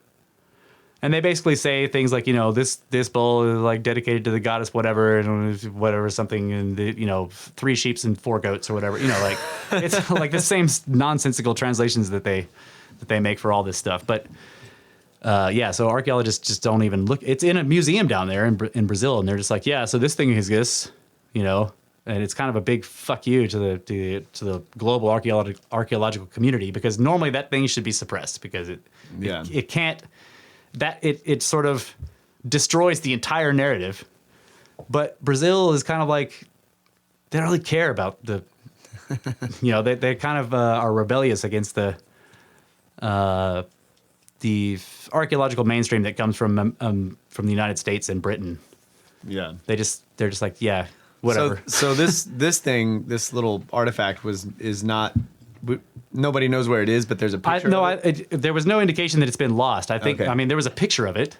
Yeah. And then there, and like the guy, somebody translated it recently because it, Okay. you couldn't translate cuneiform a long time ago. So Yeah. So they know where it is. That's and, pretty badass. Yeah, and that also can't exist. Like Right. they did talk about how like this one scholar guy like translated it, but that's all that's been done. He was like, yeah, so like, so and so sold a lamb for so and so amount of money to so and so. Yeah, that was probably like the marriage gift. Yeah, yeah. I just found it fascinating that there's like this Sumerian. I mean, his family had carried it for thousands of years as like the symbol of their undefeated nature. Like they had never been defeated. Like because as soon as the idea was once they had been defeated, they had to give it to whoever defeated them. So he still had it. That's badass. Yeah. So that brings up questions of like, the giants coming from Samaria? Well, they're Sumerians you were talking about the horns too, because the Right. Sumerian carvings of the Anunnaki Yes. have the horns and Well, they were Sumerians giant. Sumerians called themselves the black-headed people. Okay. A lot of people take that to mean that they think that means they were Nubian, that they were actually like black people, black-skinned. But it also could mean because like there's so many accounts of these giants being fair-skinned, Yeah. right? That there were 2 types: the fair-skins with the red hair and the fair-skins with the dark hair. And they're both bearded. I'm thinking like black-headed people maybe they had curly black hair, Yeah. right? So these bearded figures, like usually it's the red-headed ones, the red-headed giants, which were the evil cannibal whatever. Yeah. The black-headed ones were described as being peaceful, as being good hosts, like that they would share their technology, that they were welcoming or whatever. So what are you trying to say? Like the gingers were just like, oh, yeah, fucked up? gingers have no souls. That's what I'm trying to say. Not really. For whatever reason, the Indian legends say that the red-headed giants were invariably not always. That sometimes they were peaceable too. But if there was a cannibalistic, sort of warlike, sort of very dangerous version of the giants, they were always redheads. And they would call them wildmen sometimes, like that they would show up and they would actually devolve, that they would lose all their technology and end up being like naked in the woods, just dangerous as hell. They're 12 feet tall, naked in the woods with giant club, right? And they would eat anything. Some of the stories talked about how they consumed, they consumed just like the sort of the biblical idea of the Nephilim, like consuming everything. Yeah. The Indians talk about how like these giants would show up and then just begin to eat the forest, is what they said. But like I get the idea that they're clear cutting and just fucking like the forest is disappearing. Yeah. They're consuming it in a kind of industrial way. Yeah, that makes sense. And then and then they invariably end those stories with the Great Spirit comes down and like wipes them all out with some kind of cataclysm, right, to allow the earth to heal or whatever. And there's also some interesting shit in there about the shrinking of things. So like post enormous cataclysm, the deluge, the Native Americans that were the ancestors of the ones that we're familiar with saw that like all these enormous animals and enormous people like either died off or like after the deluge was over, each successive generation was smaller, and it happened very quickly, and they saw that as a blessing from the Great Spirit, like that people were too big and lived too long before, and they were consuming the earth. Yeah. And so the Great Spirit said, well, that's not going to work, and came down and he like wiped a bunch of them out with a big flood. And then after that, everything started to shrink until everything was kind of the right size to not consume the earth. Yeah. Even though people now think we're consuming the earth. But I'm just like, no, we have to be 12 feet tall to consume the fucking earth. And none of us are 12 feet tall. But we're building 12-foot tall machines that consume the earth. I'm just saying, if you were 12 feet tall, you would be out there eating trees. Consuming the forest. Yeah, but that's really badass, dude. Like, yeah. so what are there other like artifacts, discussed in the book that are still around to be observed and that you can remember? Well, again, most of the contents of the books are like they're basically just giving you verbatim the contents of some article. Sometimes, like in Jim Vieira's book, they would say like, so we went and did the research on this for this or that, or because we were doing, what was the show that they did for a while, the Search for the Ancient Giants or whatever. They did a sort of an ancient alien style search for the giants that went on for a couple of seasons, where they basically went and investigated all these different cases where they thought there's a good chance that maybe some of this evidence still exists. And they did find some stuff. They found photographs of they never found any bones, but they found photographs of them that are like, this photograph is of a giant skull and it's enormous and you can see it. Or they would find the Smithsonian like artifact cards in their big catalog of like everything they have. They'd find the card that's like, received this from blah blah blah township, skeleton plus steel sword or whatever the fuck, and then you hand it to the Smithsonian and say like let's see this artifact. And they're like, we can't find it. You're like, it's too big. Yeah, we can't find that. That's right. It's too big to mail. Too big to mail. Yeah, they're notorious for not being able to find the biggest artifacts. That's right. A lot of times in this actual articles, they'll say things like the skull and the jawbone or the femur or whatever, the skeleton or the skeletons or whatever artifacts are on display at X somewhere in the town, like at the courthouse or at the local men's club or in the barn of the farmer who discovered it or whatever. And they say that like that people are flocking there to go look at it, that hundreds have already come through to see it. But that's an article that was written in 1857. And so you don't know what happened after that. There's no kind of follow-up. Sometimes they'll imply follow-up, like they'll say that they're on display right now and everybody's looking at them. There are people coming from University of X or from the Smithsonian or whatever to collect some of the evidence, or they have already come and collected it. There's also some really interesting stories about where somebody will find something and the Smithsonian agent, whoever he is or whatever, will purchase it for $10,000, which is like $1 million. I mean, that's a lot of money back then. $10,000 in 18 whatever is a fortune. So the Smithsonian will purchase it and then call it a fraud. right? So like, wait, Yeah. you just purchased a fraud for like $1 million. Give me a fucking break, right? Yeah, that's ridiculous. And then they're like, well, this is obviously a hoax. We're gonna go just dispose of it. So this goes back to this guy that you were talking about that was running the Smithsonian Institution at the time. Yeah, or Aldous around this Huxley, time. whatever his name is. Yeah, like he decided that. I'm not sure what his motivations were, but it's clear that he decided that he was going to get rid of this whole idea of some kind of archaic mound builder culture that was distinct from the Native Americans. It appeared to be that he was doing this because he was trying to like sort of elevate the Native Americans, but it doesn't. I'm not really sure if that's I exactly. kind of like also think about it in terms of at the time, the Europeans when they were settling here, like believed they were the height of Yeah. mankind and everything, and everybody else was savage. A lot of the articles. Black people were not really human, Yeah. or not really people, and there was just this sort of general idea amongst the elite, Right, that we're like civilized and everybody else. Like, yeah, we're that the- the peak. yeah, The pinnacle. God's chosen, Yeah. Manifest destiny or we're awesome. right. Yeah. So I can see it starting out that way. Like you have this whole sort of society built on, where the elite is trying to control things and run things, and Yeah. they build it in a certain way where these people have divine right of kings and these people are the chosen, and so Yeah. you have to do what they say and all that kind of shit. And then you show up somewhere and you start discovering that there was an ancient, totally different human, much bigger than you, by the way, Yeah. and had technology that you don't understand at the time. Yep. A lot of the articles start out that way. Like, it is apparently, like,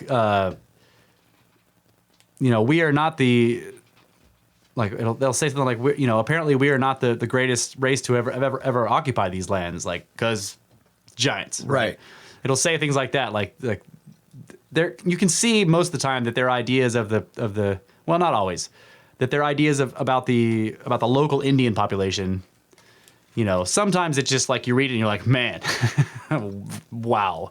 Like when you're reading it, the stuff that they say about the natives is like it's gross, right? Yeah. But it isn't always like that. Most of the time they give them respect. They'll talk about their legends and everything like that and how they consulted them to ask questions about this. Sometimes it's just it's really negative. But what you always see is that the natives themselves are saying, no, that's not us. Yeah. So this is why I wonder about the motivations of this guy, because it's like he's sort of depicted as like trying to elevate the native, like to get rid of this idea that they didn't do this, they couldn't have. That isn't what people were doing. That's not what people were. People weren't saying the natives couldn't have built these mounds. What they were doing is saying the natives said they didn't build these mounds. Right. Right? But this guy was like saying, you're all racists for saying that the natives couldn't have built these mounds. Right. Right? Which is kind of like, that still happens today. Like when, even the ancient aliens concept where people were like, I wonder if aliens were involved in the construction. They're like, you're a fucking racist. You think these people couldn't have done it? Yeah. And we're like, well, with their butt flaps. yeah, Like, those wait a people minute. told us that they didn't do it. So, aliens. But, so that makes me wonder about, because really, the one disrespecting the natives is him. He's saying they're lying, Yeah, exactly. right? Like the Which is the same disrespect that they have towards like all of these ancient cultures and their writings, which say Yeah, they're whatever the myths. writings are saying, they're like, oh, they're myths. Right. They were just lying. right. Their forefathers built these things. They forgot about it and then told themselves it was God's. It's obviously bullshit. Like that's incredibly disrespectful. Right. And then when you say, well, wait a minute, what about they say that these other people built it? Oh, you're you're a bigot. racist. You think that no, it's like, no, dude, all the racism is coming from you. Like, it never even occurred to me to say they couldn't do it. I'm just like, they said they didn't. But like me saying that makes you think that I'm saying that they couldn't do it because they're savage. That's coming from your brain, not mine. Yeah. Yeah, I know. I fucked up with the clock and like I clicked the button, but I didn't have the app selected, so it didn't actually start the clock. Oh, okay. All right. So we got to take a break. Again. Wasn't that like 15 minutes ago that we just? No, it was 30 minutes ago. So we'll come back for the last segment and probably continue to talk about this because there's still. Yeah, this is bad. What is the name of the book? It's. I know you gave it already once. Yeah, let me give it again. It's right here. I got it. So the one I'm reading right now it was referenced in his book. It's called The Encyclopedia of Ancient Giants in North America, which is awesome. But Vieira's book is called Giants on Record: America's Hidden History, Secrets in the Mounds, and the Smithsonian Files. Hell yeah. Yeah, the last chapter of his book, I'll just say this real quick. The last chapter of his book is phenomenal. Like the entire book is good. It's really good. Like he gives all these accounts. He sort of orders them very well and kind of gives you a good overall picture. But the last chapter is where he gives you the strangest cases, and then they speculate on like what's going on here, what's really going on here. They speculate on the whole like why is there a cover up? They speculate on like what really were these people. That's where they start giving which we're going to talk about in the next segment about the electromagnetic frequency stuff and carbon dioxide and like why everything was gigantic so there's a lot of great stuff in the last chapter. There's also a podcast called The Unexplained, and there's an episode on there where he gets Jim Vieira on as a guest while like it's in the time when Jim Vieira and his partner were writing the book, and it's both of them that get on there. Yeah.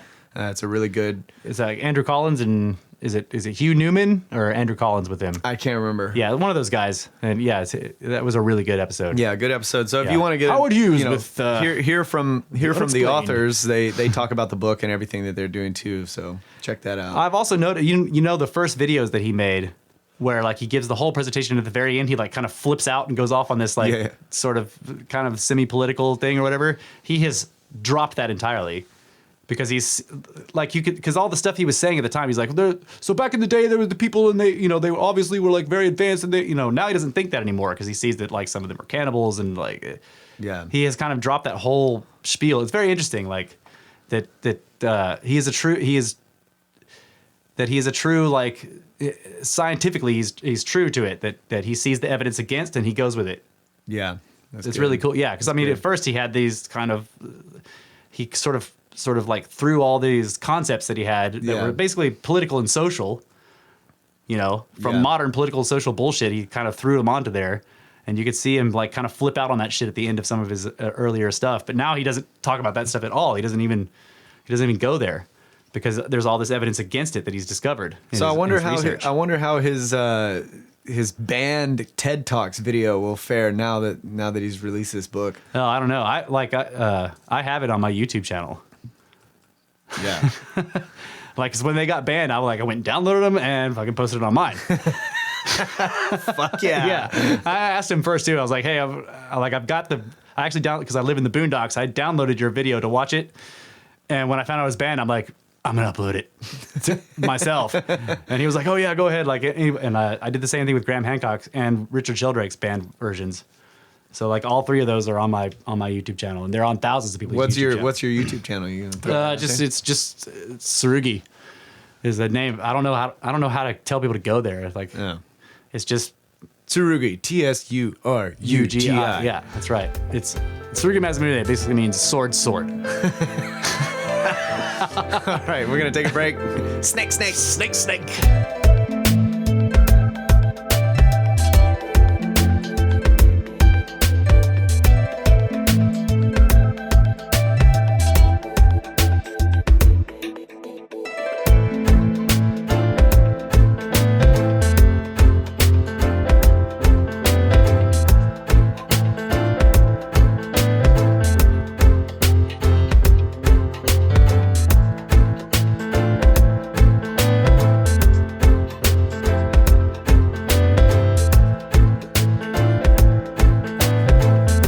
Welcome back, ladies and gentlemen, scriptards and all the rest of you.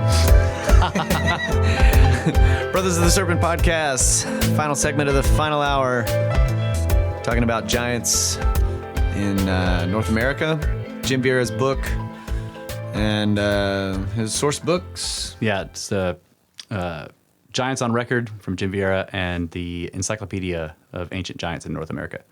Yeah. Which is the source book that I basically went through his references and looking for another, because I was like, not enough giants. So I finished his book and I'm like, it's not enough. Need more giants. So I went through his references and found I was like, well, the encyclopedia sounds like a really big book, so I'll buy that one. Probably got a lot of giants in it. Hell yeah. And it does. It's a giant book of giants. It's a gigantic book of giants. And it's really, it is like, so far there has been very little text in that one that's actually original to the writer. Basically the guy is just like making an encyclopedia of all of every record he found of anybody finding anything related to giants. It's badass. And it's arranged by state. So it's like starts out with New York and then it goes to Ohio. You know, like he basically is working his way down the states that have the most giants to the least. So, you know, I guess it's Ohio then New York, because Ohio had the most. Like it was, and that's of course where the Serpent Mound is. Yeah. And I mean, it's like there's just fucking mounds and giants everywhere in that state. Just thousands of them were found there. Another thing, I just remembered this in the very first part of Vieira's book. And maybe I can screenshot this somehow and put it in the show notes. They have a Google Maps. Like, you know how you can go on Google Maps and you can sort of put things in there, like you can put addresses in and little icons for them. Yeah. Like they have a Google Maps thing where every single account of a giant discovery, they have put it on Google Maps, and it's just like the whole United States is covered. I mean, it's just like there are thousands of them all the way across. It's badass looking. Can you download that for your Google Earth, or is it Google Maps? Probably it does. Yeah, probably you can download it. It's like because like with Google Earth, you can get these files, right, the KMZ files, KMZ files like full of Well, with locations. Google Earth, you basically just, if it's a public map, you can just join it, and you'll be able to see it. Let's see. I can look in here, but he basically was talking about. He was like, so and so researcher did this for us, put it together for us, and he had a picture of it. And I was like, holy shit! And he's got blue ones for the black-headed ones and the red ones for the red hairs, right? And they're just like everywhere, just all over the entire nation. Yeah, it was really cool looking. All right. Well, we should find where they are nearby us. And yeah, there have been a lot of finds in Texas. Like in his book, I haven't gotten to Texas yet in the encyclopedia, but in Jim Vieira's book, he documents finds in Texas it's interesting because, like I said, like a lot of the burials don't seem to have been advanced in any way, but some of them do appear to have been advanced and sometimes advanced in ways that are not really understood. Like, in other words, you can tell that there is stuff involved with this burial that are mysterious. Like I was getting to some of the metal artifacts that they found. Like they found copper ones that are strangely hardened, you know, where they said the copper had the strength of steel. But they've also, like I mentioned, the one sword that was like shiny, like it was still brand new. Okay, they found the tablets with writing on them, like implying that these people had a written language. Yeah. There was one account, and this was in the encyclopedia. Well, okay, there's two accounts that I can remember that were like this. Basically, on one of them, the guy was excavating a mound, and so usually when they do the mound excavations, they go to the top of it and they start digging down right in the middle. They basically they lower a shaft in the very center of it, right? Because they're usually conical, so they go to the very top of the cone and they start digging down, and that's how they distinguish all the layers. Once they figure out what the layers are, they will dig trenches that go down to the layer they want to get to. Mm-hmm. And sometimes the mounds are enormous, so you know they dug a trench that was 150 feet long on the north side, you know, and then and it was like 12 feet deep, and then they did another one on the west side that was like 75 feet long, and it was 40 feet deep or whatever, and like they're enormous mounds. But there was one mound, and I think this one was in Ohio, where they were doing the excavation, and they had already found a bunch of artifacts. They had found enormous skeletons, but they abandoned the excavation attempts because they got freaked out by the hollow sound that their picks were making when they were digging. Oh man! And so they started to imagine that they were standing over a very cavernous, and that potentially they would, with another strike of the pick, it would break and they'd fall in. Oh my god! So they stopped digging, and that's where it ends. And I'm like, wait, like no. Like they never dug anymore. Yeah, let's go back with GPR. Like go down and dig in or something. Yeah, so that that indicates that the earthen mound was actually put on top of some other stone structure of some kind. Yeah, perhaps. Yeah.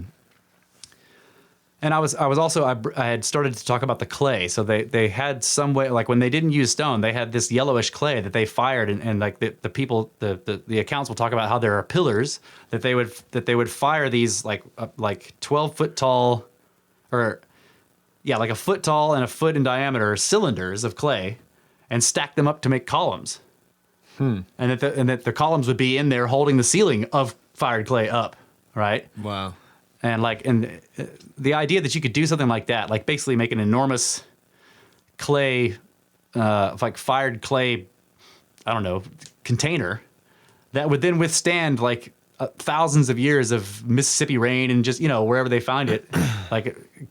That's astonishing to me. Like, so the yellow clay must be something special, because anytime they talk about hardened clay, it's always yellow. And they always say like, it didn't come from here. We don't have any yellow clay. This is another one of those things that we've talked about before, where there are all these accounts from newspaper articles or wherever, different accounts written by journalists from different places and many, many years apart from each other. And so many of them have the same strange elements to them that it's like, it's hard to imagine. Okay, I guess it would be. Some people take that and say, like, see how they're all the same? That means they're all hoaxes. And I'm like, well, like, how did this small town over here in the West Coast know about this small town's newspaper hoax? I guess the more legitimate point would be at the same time. Like during the same year, there's like cities or little towns from places that are far apart that are putting out stories of these discoveries right around the same time period. Right. So when it's very unlikely that they would have had communication between them about it. Because the argument against the effect, like look how they all say that that the jawbone was so big that they put it around the jaw of the biggest guy there, and it was or how they all say that that the bones crumbled to dust, and they point to this as the idea that like this was an ongoing like 100-year-long newspaper hoax, right? Right. Whenever reporters didn't have anything to write about, they would like write this hoax story about finding giants. The problem with that is there's many problems with it, but the two main ones that I see are most of the vast majority of the stories referenced real people that lived in the town that were of high reputation. You do not, as a newspaper, write hoax stories naming like high reputable people and get away with that. Like that would infuriate these reputable people, right? So that kind of belies the whole hoax, the idea that it's just a newspaper hoax, because like that would ruin the newspaper to like reference the judge and the doctor and like the guy that ran the Freemasons, like that would destroy the newspaper if they were like putting lies about those people in a, right. I mean, that would just. That's a good point. Yeah. The other strong evidence against it is like, so yes, you could say like, well, in the late 1800s, early 1900s, like everybody knew about the mound builder giants, blah, blah, blah. So you could newspaper hoax it. But like in the beginning, like the early 1800s, when all these stories started to appear all over the United States in all these little small towns at close to the same time, that's the time when it is weird for it to be a simultaneous hoax, right? Like all the stories were consistently like that. They like, so. Okay. So you didn't start out with one giant hoax, right? Newspaper hoax that had all these characteristics, and then one that had totally different weird characteristics, and another one somewhere else that had completely different. And they eventually consolidated. Yeah, right. They all start out with the same strange characteristics. That's right. That's right. Yeah. And what really it appears to be like, kind of like that the Lincoln speech that he wrote for Niagara. Everyone knew. Right. It was common knowledge about, it's only very recently that this has kind of been suppressed to the point and like removed from our education and like completely, so that to where people find it strange, where they're like, what, giants? Like, I didn't heard anything about any giants. And so it's easy for them to reject it. Well, in the, like all the way up to the 1950s, it was common knowledge that the mounds of the United States were full of like bones of Native Americans, but also bones of giants that were much older than those apparent burials, and that many of them had strange characteristics, like like full copper plate armor and symbols that were unknown, and like sometimes metallurgy that hinted at unknown science. And so I talked about the mound where the guy, they dug down and then they got scared about this hollow sound, right? There was one where, in this particular one, I think the guy was basically plowing, and he was plowing a field that he had owned, his family had owned for a long time, but they had never worked it. It was a pain in the ass, full of rocks and shit, right? But he had finally decided, like, I'm gonna go down there and I'm gonna fucking plant something in that field. So he goes down there, he's trying to plow it. Go get your root twin, yeah, that's right. taters and It's bacon, just like that. plow It's that like, field. yeah, it's a lot like that. Like, what did he call that field? I had a funny name for it. Yeah, son of a bitch is what it was called. Son of a bitch. The name of the field was son of a bitch. Like, each successive generation had plans like, I'm going to plant rutabaga down there. It'll grow great amongst all them rocks. Anyway, this guy was plowing this field, and he noticed that his plow, like, sort of kind of runs across this flat stone, like a big one, right? So he's plowing or whatever, and it just it glides across this flat stone, down to the ground. So he ends up pulling up a slab, and it I was expecting, like most of the stories where there's a slab on top, for it to just be like a sarcophagus kind of deal. No, he pulls it up. It says he pulls it up, and it opened a vault.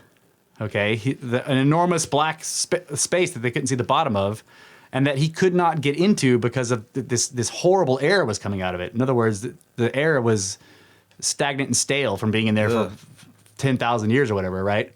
Like, even if there's nothing, like, obviously there's not going to be anything rotting in there anymore, but if air just doesn't move and it stays trapped, it can be deadly. It can just turn into toxic gas, right? So he opens it up and he's like, and then they can't get in, okay? But all they can see is this yawning black chasm. It's deep, like really deep. Like they couldn't get light to go to the bottom of it, and he couldn't kind of get close to it. He's trying to hold his lantern down in there or whatever, but he couldn't get close enough. Every time he tried to lean down in there, he would start coughing and shit, and he'd almost fall in, right? So eventually, he fashions this long, like, rake sort of thing. He gets the rake and he makes this long thing where he can kind of stand away from the hole. He gets the rake all the way down to the floor in there, and he starts scraping, and he pulls it up, and it pulls up bones that are enormous, like human bones that are enormous. So they're like, okay, this is some kind of tomb for a giant, but they don't know that. Okay, there are bones down in there, but is it a tomb? Is it a prison? Yeah. Eventually, somebody has the idea. He enlists some help from his neighbors, or whatever, and all the most prominent people in the town show up. And like one of them gets the idea to, like, sort of make a torch. They get some hay and they kind of tie it together and they dip it in pitch and they light it and they drop it down in there. Okay, now they can see, because there's a little bit of light from the thing burning on the ground down there, and they see that it has multiple rooms. That it's basically made of extremely finely worked, very large stones, and then there are multiple doorways that go into, like, other chambers, but they never can go down in there because the air is so horrible. Okay, Must so be a that's huge place, right? That's and it stops there. I'm like, so they never went in? Like, again, I'm like wondering, like, what? Okay, there's a freaking drive-by journalists even back then, man. yeah, Damn it. But I just have to wonder, like, did they never go in there? I mean, like, you could tell that a lot of times when people find stuff like this in these stories, some kind of gold fever hits them, like this like, oh my God, there's going to be ancient treasure, and they just destroy everything trying to find gold and shit. Okay. Yeah. There seemed to be that starting to happen with the rake thing. Like, he was just willing to jam something down in there and just like mess, just like rake it around in there and fuck shit up or whatever to pull up what, maybe he's hoping for necklaces to be dangling from it or something, but he pulls up bones, and that kind of makes him chill out a bit, because all of a sudden now you're dealing with dead stuff, right? Like enormous dead giants, and you're like, okay, I don't want to have that thing haunting me or whatever. They would get this sort of reverence for the site, because they're like, okay, this is the tomb of a powerful ancient giant. So they stopped the gold fever, but then they couldn't ever get in there. But they described this below ground enormous place, and then they just stopped with that. And I'm just like, wait, like. Yeah, that's just where the journalism stopped. Right, that's what I mean. The story stops there. And they also said that there were hieroglyphic symbols engraved into the walls of some of the. Okay, yeah. So we're talking about, like, this looks like Egyptian style or something. So here's another thing, like, that I've come across where people when something is found on their property, a lot of times, like, they want that shut up. Like, no more publicity. Yep. So, in one case, a friend of mine had some excavations going on his property, and they found a skeleton. Yeah. And they had the university come out, and they collected it. First, the sheriff came out. Right. Checked it out. Then they got the university. Sheriff's like, nope, that's pretty old. And they got the university to come out. Yeah. If he's murdered, it's beyond our jurisdiction. Statute of limitations. That's right. Statute of limitations ran out about 5,000 years ago. So they had the university come out. They collected the bones. They took it and did a study on it, and then they brought it back, and they're like, yeah, this is like 900 something years ago, and whatever, blah, blah, blah. And they also told him it was like over 7 feet tall. That's what he said, anyway. And and then after that, it was like, no more. Yeah, done. Close it up. Like, that was too much fucking shit to deal with for this property owner that wanted privacy. Right, privacy. So you know, Yeah. that, I mean, I'm sure that is the case in a lot of Yeah, absolutely. situations. So I'm just. you have journalists. You have all these people coming out. I don't doubt that things continue to happen with this discovery. I'm just saying the story stops there. Yeah, I know. And I was like, WTF? Like, come on. And then the other thing is, a lot of people like our cousin Richard Saunders.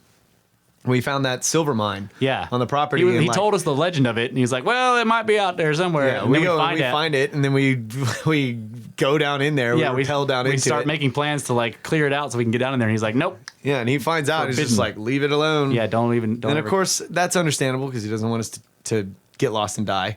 But the point is that some people don't. They're not interested. They're not curious. Yeah. They're just like, "Oh, just leave it." And, you know. I'm like, dude, you have an ancient silver mine on your property. How can you not? Well, there's a cave up there that the Vikings built. Yeah. But old man Jenkins won't let you go That's up there. right. We're looking for a stone circle or a standing stone or something. Well, nothing like that around here. Just that cave up there that the Vikings built. Yeah, that's what we're looking for. And then he gives us these directions. Holy crap. Yeah, that's what I'm saying. Like, people just don't. A lot of people are just not interested. Like, they know about it and they're just like, yeah, not interested. So all I'm trying to say is I'm doing the opposite of the scriptard and saying that it could be real, and people just are not interested, and then people forget. You know, they forget about it. Yeah. Well, the farmer was obviously extremely excited by the find, and then he calls all the like the town. You know, like he was probably, because he owned this enormous farm, he was probably like one of the wealthiest people in the town. But he calls the doctor and he calls the judge and just all the high people in the town. So like he gets them all there and like is getting advice from them or whatever. So obviously the story continues from where the newspaper article drops off. He probably also called the reporter, or somebody did. The reporter's like, wait, the judge and the doctor, they're going out where? And then he goes out there. You know, and then he makes up a hoax or whatever the script Right, he say. just makes it all up. Yeah, the farmer was like, "How do I get this boulder out of my field?" And the reporter's like, "Giant found in field." It's so stupid. So that was the most fascinating circumstance of burial that I could find, and there wasn't even a mound there. I mean, like at least, or maybe he had plowed it away or whatever, but he was basically just plowing a field full of rocks and shit. Yeah, I think the guy does say at the end that it was a known ancient habitation because there was like pieces of pottery, you know, just stuff was always found in that area that indicated it was. But again, it's indicating habitation by Native Americans. Yeah, later peoples. Yeah. So, but again, we often pick the same places. Right. Yeah. A lot. It was actually mentioning that in the encyclopedia that a lot of times the mounds are underneath houses. Yeah. I'm like, you built your house on an actual Indian mound, like, you know, like that's why there's so many stories like, yeah, this house is built on an ancient burial ground. I'm like, why would you fucking build your house on top of a cemetery? It was a hill. It was like the highest place. Come Come nice on, little high spot in the middle of the farm. Yeah. I can't imagine that. I don't know. I'm not gonna put my house on top of a thing full of giant bones. Yeah, but if you don't know, like you didn't excavate it first, you're just like, oh. Well, they had to dig it. They had to dig for some kind of. Well, maybe not. I guess people didn't always put a slab in. But like, if you're gonna pour a concrete slab, you got to dig down, right? And like you start finding trinkets and bones and shit. They were probably doing pier and beam. Yeah. Yeah. Another thing that's interesting, like when you were asking about the dating of these mounds, a lot of times they will try to indicate the great age of the mound by talking about the trees that were on top of it. Yeah. That there were these enormous, like 4-foot trees, right? And that when they dug, those had been cut for wood or whatever, so the stumps were left. Then they removed the stumps when they were doing the excavations and found beneath them that there were pieces and bits of evidence that there were even older, also 4-foot wide trees that had been there before that. Like, so that, multiple generations of enormous trees on top of the mounds. That was one of the ways they would try to indicate its great age. Sometimes they would talk about, the typical, like, these two boys, like, go out in the woods, right? And they find a giant skeleton wrapped up in the roots of a tree. Like, the tree had fallen over in a storm and picked the... Oh, man. That's why I always check trees that fall me over. too. I'm like, well, this has got a fucking giant sarcophagus caught in its I roots. do the same thing, dude. Like, I walk around the backside to look at the dirt underneath Yeah. the tree and see, like, how many arrowheads are sticking out Right, of this because, thing. like, that no one's looked in that dirt for a long time because that tree's been there the whole time. And yeah, sometimes people would find, like, a skull just hanging on one of the roots, and you're just like, how come that never happens to me? Like, I've looked at thousands of trees that have fallen down and never found anything like that. Yeah, Joe, our old boss, like when we were clearing, told a story about how he was driving the skid steer and got these huge hydraulic shears and looks like a beetle pinchers or whatever on the front of the skid steer. Go to cut a tree, and sometimes you can't cut all the way through the stump, but you can pry it up. Like, you get the shears as far closed as they can get around this massive tree, and then you start prying on it and you can rip it out of the ground. And he did this around this big ass tree and like rips it up and lifts it up with the skid steer, and there's just a freaking hole underneath, and it was just black, like down in there. And he was like, I just set that tree back down on that hole. I was like, no, dude, no. Where was that? Yeah. Yep. Yep, he just freaking opened up the entrance to something Damn and it. just set it back down. Uncurious people. Yeah, I know. How could you not just fucking climb down in that hole? They found a cave one time, and I was like, where is it? Take me to it. Yeah. And he showed me where it was, and the next day I showed up with my freaking All your like gear. climbing rope and all this stuff, and like I was like, all right, because he didn't want me to go into it. And You're like, I'm off the clock. I show up with all the climbing gear, and I'm like, here's the end of the rope. It's 150 feet long. That's right. So you can hold it. And if you get scared, you guys can pull me out of here. And I go down If in there. it goes slack, don't come after me. Yeah, I went and explored it, and it was pretty big, but not 150 feet long. But he was just like, when I came out of there, he's just like, you're crazy, man. Crazy. Can't believe that. People have been exploring caves for a long time, man. We had to live in them back in the day. Yeah, and that's, pretty much all the stories of people going off and showing back up and being geniuses. They went into a cave at some point. Right. Came out, and they were fucking They geniuses. came out in a cave in like Untersberg in Austria or something like that. Disappeared into a cave in Rochester, Vermont. Showed up in Untersberg. So one of the things that he goes through in the last chapter of the book of Giants on Record, he talks about. He sort of they're asking the question, where did these giants come from?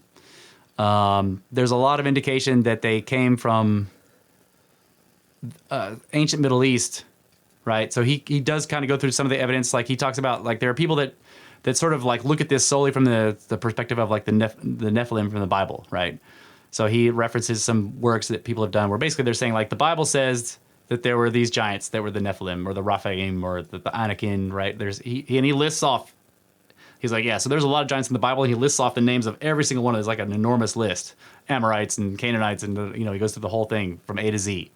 And all of these peoples were enormous, according to the Bible. And he says that people have done a lot of research trying to figure out, did some of those people, those giants, come straight here, right? In other words, like, he says that there is some interesting evidence pointing to the idea that when Moses is, after the Exodus, when Joshua was sort of like tearing through Canaan and like destroying everything, that some of those giants saw what was happening and understood that even though these were like little people, that they were going to win because they had something on their side that was kicking everybody's asses. So they just left and they ended up in North America. One of the interesting things, like, okay, you remember that there's this sort of, we kind of make fun of it sometimes, like, maybe when we're talking about flat Earth or whatever, but the idea that the world is held up on the back of the shell of an enormous turtle. Yeah. That imagery, and like he doesn't say anything about this in his book. I just made the connection myself. Like he says that that the Native Americans that they talked about how their fathers or their forefathers or whatever, like that they called the Americas Turtle Island. Okay. Even though they knew it wasn't an island, they because it was surrounded by seas on all sides, like it was sort of isolated from, even though it was enormous, it was isolated from everywhere. Like it wasn't connected by land to any of the other land in the world. They talked about it like it was an enormous island, Turtle Island. So the picture of the turtle holding up the world, when you take that picture and you think about it in context of like a possible prehistoric, extremely advanced race of enormous people who were building some kind of like sacred structures all across this continent that were harnessing some kind of subtle energies that were maintaining whatever it was that they had in the environment previous to the end of the Ice Age. The idea of the turtle holding up the world, it becomes a little clearer and more interesting, right? That's cool. So like when they're discussing where they came from, he says, so some of them may have come from the Middle East, but it's also obvious that, I mean, the early colonists were showing up and seeing Indian chiefs that were enormous. Okay. But that slowly faded out. Like some of them held on for a long time, but there aren't any left now. There's not, in modern times, there are not like 8-foot Indians. Right. Okay. But they obviously did exist even all the way up to the 1700s. Okay. Even the early 1800s. So he talks about how, like, in combination with various things, plus the legends of the Indians themselves, that almost everyone was enormous before, or very small, okay, before the end of the Ice Age. That there was something about the Earth that just made things huge, right? Or there's something about the Earth now that shrunk things. Right. There's something missing, is what I guess the idea is. What they said, that the Great Spirit took it away.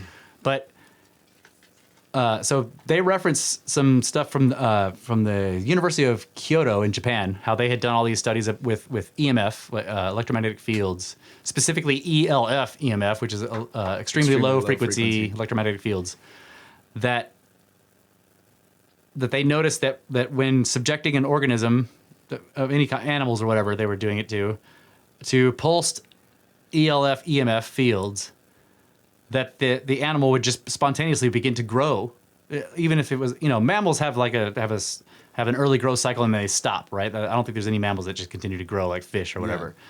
But that when they would subject these animals to this pulse field or whatever, that they would start to put on mass and not get fat, but they would just get bigger. The bones would increase in size. So they started to look at this like on the cellular level, and they saw that like somehow these fields, these pulsing fields, were causing all this bone growth to take place, and then the body correspondingly is adding on muscle and putting on tendon and shit, and like the whole thing is basically just increasing in size, right? So he references this paper that they published on it. I'll basically just read a little bit from this. It says, it is possible that electromagnetic fields exert an effect on skeleton size via alteration of the proliferation and activity of bone cells. In support of this hypothesis, pulsed EMF stimulation has been used clinically for more than 25 years for the treatment of patients with delayed fracture healing and non-unions. Furthermore, a substantial number of in vitro studies have shown that EMF have positive effects on the proliferation and activity of bone cells. Let's see. They also state that exposure to an extremely low frequency electromagnetic field was associated with an increase in animal body weight. So they propose that the enormous sizes of some of the flora and fauna, the plants and animals during the age of the dinosaurs, was facilitated by powerful ELF EMF coming from natural sources, and may also have been acting in the more recent past with the Pleistocene megafauna. Okay. And then another part, they say that certain kinds of magnetic fields have an effect on mitochondria. It is found that energy, activity, and cell respiration in mitochondria that were exposed to a magnetic field increased by factors of 1.5 and 1.3 respectively compared with the control group. It seems that mitochondria are activated by magnetic fields and thereafter provide more ATP to some organelles than in the cells of an organism. Promotion of ATP synthesis by a magnetic field would provide the energy to maintain a larger body size. That is, organisms would be able to use magnetic energy as well as other forms of physical energy to maintain a large body. Okay, so this kind of that's very interesting because like there's one of the main arguments that I guess the establishment science or what mainstream science has against the concept of enormous humans is that it just wouldn't work. They say the bone structure or whatever. Right, you increase the size and eventually it starts to fail because it can't hold itself up. Right? But there's also the same problem with dinosaurs. Like there are some dinosaurs that are just too big, you know, like the Alamosaur that was discovered in Texas that they've got a full skeleton of one in the museum in Dallas. It's either No, they only have like a few freaking vertebrae of that thing in Dallas. Oh, really? Yeah. Do you mean the entire rest of it's extrapolated? I believe so, but I could be wrong, but I remember seeing the actual like the bones on display were just like this massive freaking thing, but it's only just like A piece of vertebrae. a piece of the backbone. Huge. But they had the full skeleton of the thing in there, so I guess remember it covered went across the entire room almost. The head was way over there, and the tail was way over here. But you could be right; they could have extrapolated the rest of the skeleton from a few fragments. But I thought they had found an entire one. Maybe they did. I don't know. But anyway, that's not the point. Yeah, and somewhere in South America they found another one that's even larger. They call the Titanosaurus. I mean, it is absolutely enormous. Right. And already this could be the cause. Right. Already with things like Brontosaurus size, they're really too big. That like you have the problem of like how did the brain talk to the tail? Like it would take too long for the signals to get there, and like there's all this stuff they're just so huge. It doesn't seem like they would be like what that they would be actually. It would be detrimental. Yeah, structurally detrimental. Right, yeah. and so.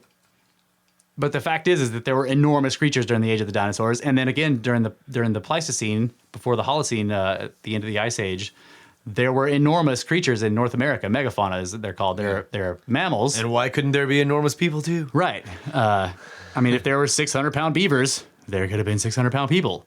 You know, that were not sumo wrestlers or whatever. But basically, the paper is basically saying that like if you have I guess the simplest way to put it is if there is a greater energy environment, in the form of like lots of extremely low frequency magnetic fields, and we do know that not too long ago the Earth's overall magnetic field was much stronger, like 10 times stronger as it is now. So if you had like naturally occurring ELF, EMF, low frequency electromagnetic fields that would create an energy environment that biological organisms would be able to take advantage of. Yeah. And all the way down to the mitochondrial level, where just the mitochondria have a greater ability to do stuff because there's more energy in the environment. Yeah. Right?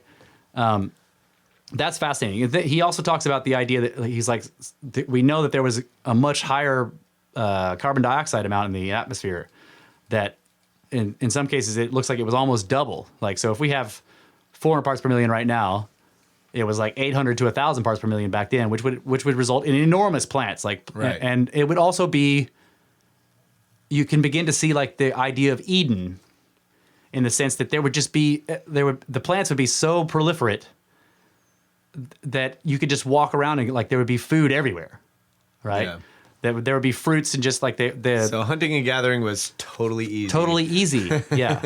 And like all the Indian legends about the deluge, the destruction that happens, they always say that like this, the destruction took place, and then after that, surviving was hard.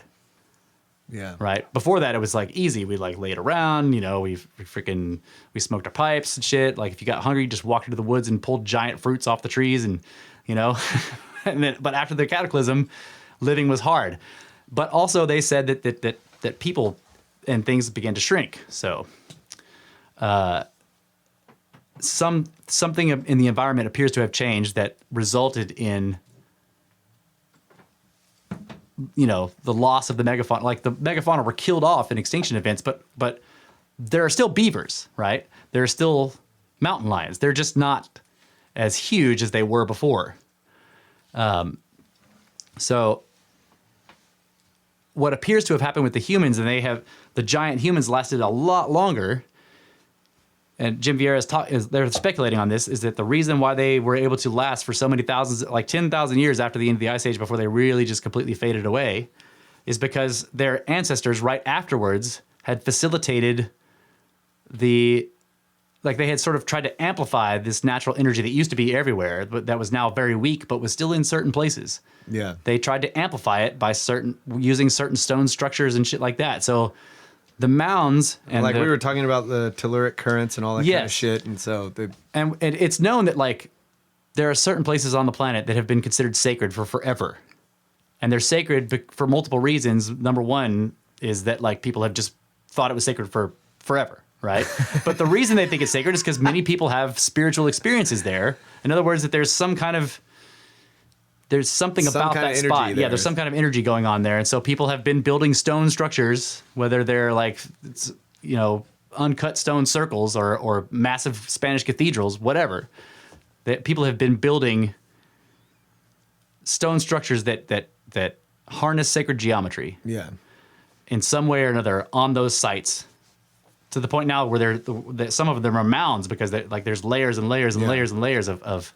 And then there's been some studies on the pyramid structure itself and how it focuses energy.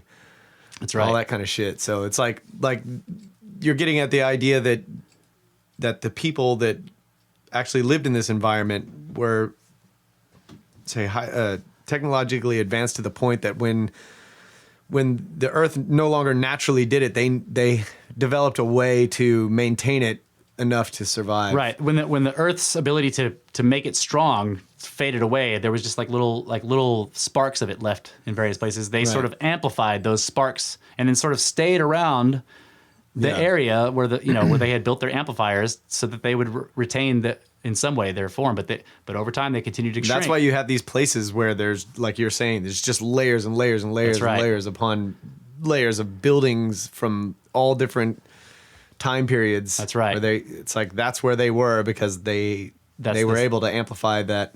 That's right. Environment. And he talks about energy level. Yeah, and he talks about so the Earth's magnetic field itself is weakest at the equator and gets stronger as you approach the poles. Okay, so and it's fascinating. I can't remember what he called it, but there's some like scientific, not a law, but like somebody discovered this curious fact that the closer you get to the poles, the larger things tend to be. Oh, okay. Shit. So, and this is also true with the giants. When you see when you're reading the giant reports, the farther north you get, or the farther south, like towards the tips of South America or up in Canada or whatever, they become enormous, right? So up in New York State, Vermont, they're like freaking 12 feet tall or whatever. Farther south they get shorter. Well, it depends on how old they are too. Like the older they are, the taller they are as well. Yeah. That's freaking fascinating. Yeah. So over time they shrank, and also north south. The closer to the equator they were, the smaller they tended to be. I somehow this is connected to the fact that the pendulum. I know, right? It's like somehow we've been talking about like the way it moves at the poles. That's right. Is fixed to the distant. Because the closer you are to the pole, the more connected to the stars you are, rather than the planet. That's badass. If you hang from space, you get tall. Man, that's really cool. I would like to go into that some more. I'm going to look into that too, and maybe we can do some more on that whole area of topic or discussion next time. So I'm still reading. I've just started this encyclopedia, so by the time next week I'll have gone through a whole bunch more of it. So I'm sure I'll have more to say. Hey, I'll jump on the giant bandwagon with you, bro. Sweet, giant bandwagon. We can do another giant show.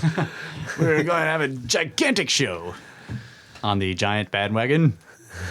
Is it a giant band wagon? So I think that's about it for this week, ladies and gentlemen. So Russ changed his YouTube channel to Brothers of the Serpent. Brothers of the Serpent. But we're still not sure how to search for that, but you can give it a shot. Yeah, my channel on YouTube is Brothers of the Serpent. Go find it. I don't know how to do it. I tried searching. Look up some Jim Vieira stuff on Russ's YouTube channel. Yeah. I think there's a channel search. So if you go to the channel search in YouTube and search for Brothers of the Serpent, you'll find it. But if you do the video search, if you try, you can. The best way to find any one of my videos, which will lead you to my channel, is I tried it at home. If you because a lot of my videos are prefaced with that sort of like. So if you put I tried it at home, cell phone EMF or something like that, you'll find my video. So you guys could get a hold of us by emailing us at brothersoftheserpent@gmail.com. You can go to the blog, which we're still working on. I mean, it looks cool, but it's not fully fleshed out. Hopefully, I'm going to find somebody who can work on that for me. I've got some prospects on that, but not yet. But anyway, you can go there. It's brothersoftheserpent.blogspot.com. You can put comments on the shows. You can post questions. You can post things that you guys want us to talk about. If you want to hear us discuss a particular subject, as long as it's not, politics. I mean, we'll do some. We kind of squeezed in there a little bit earlier in the show, but we try to avoid that topic for the most part, unless it's ancient politics is fine. Because we want to piss everybody off. That's right. Not just like trying to piss a off certain everybody. portion of the population. Right. I'm not going to be satisfied with pissing half of the population off. I want to piss off everyone. That's right. So I can't risk talking about politics and ingratiate half the population to me. So.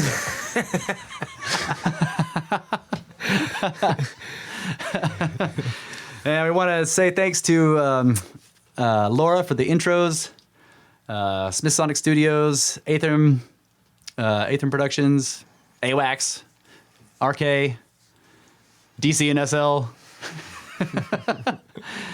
and all of you listeners out there. Thank you guys very much. Yes, and, thank you. Don't forget to go to iTunes and tell everybody we're badass. Give us 5 stars and an amazing review. That really does help at the very beginning.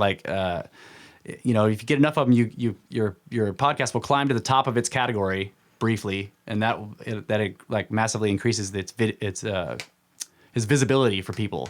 So anyone that does that would help us out a lot. We're trying to spread this around to people we don't know.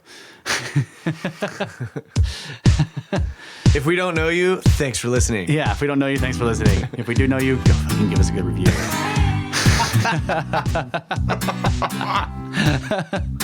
And that's it for this show, ladies and gentlemen. Good night.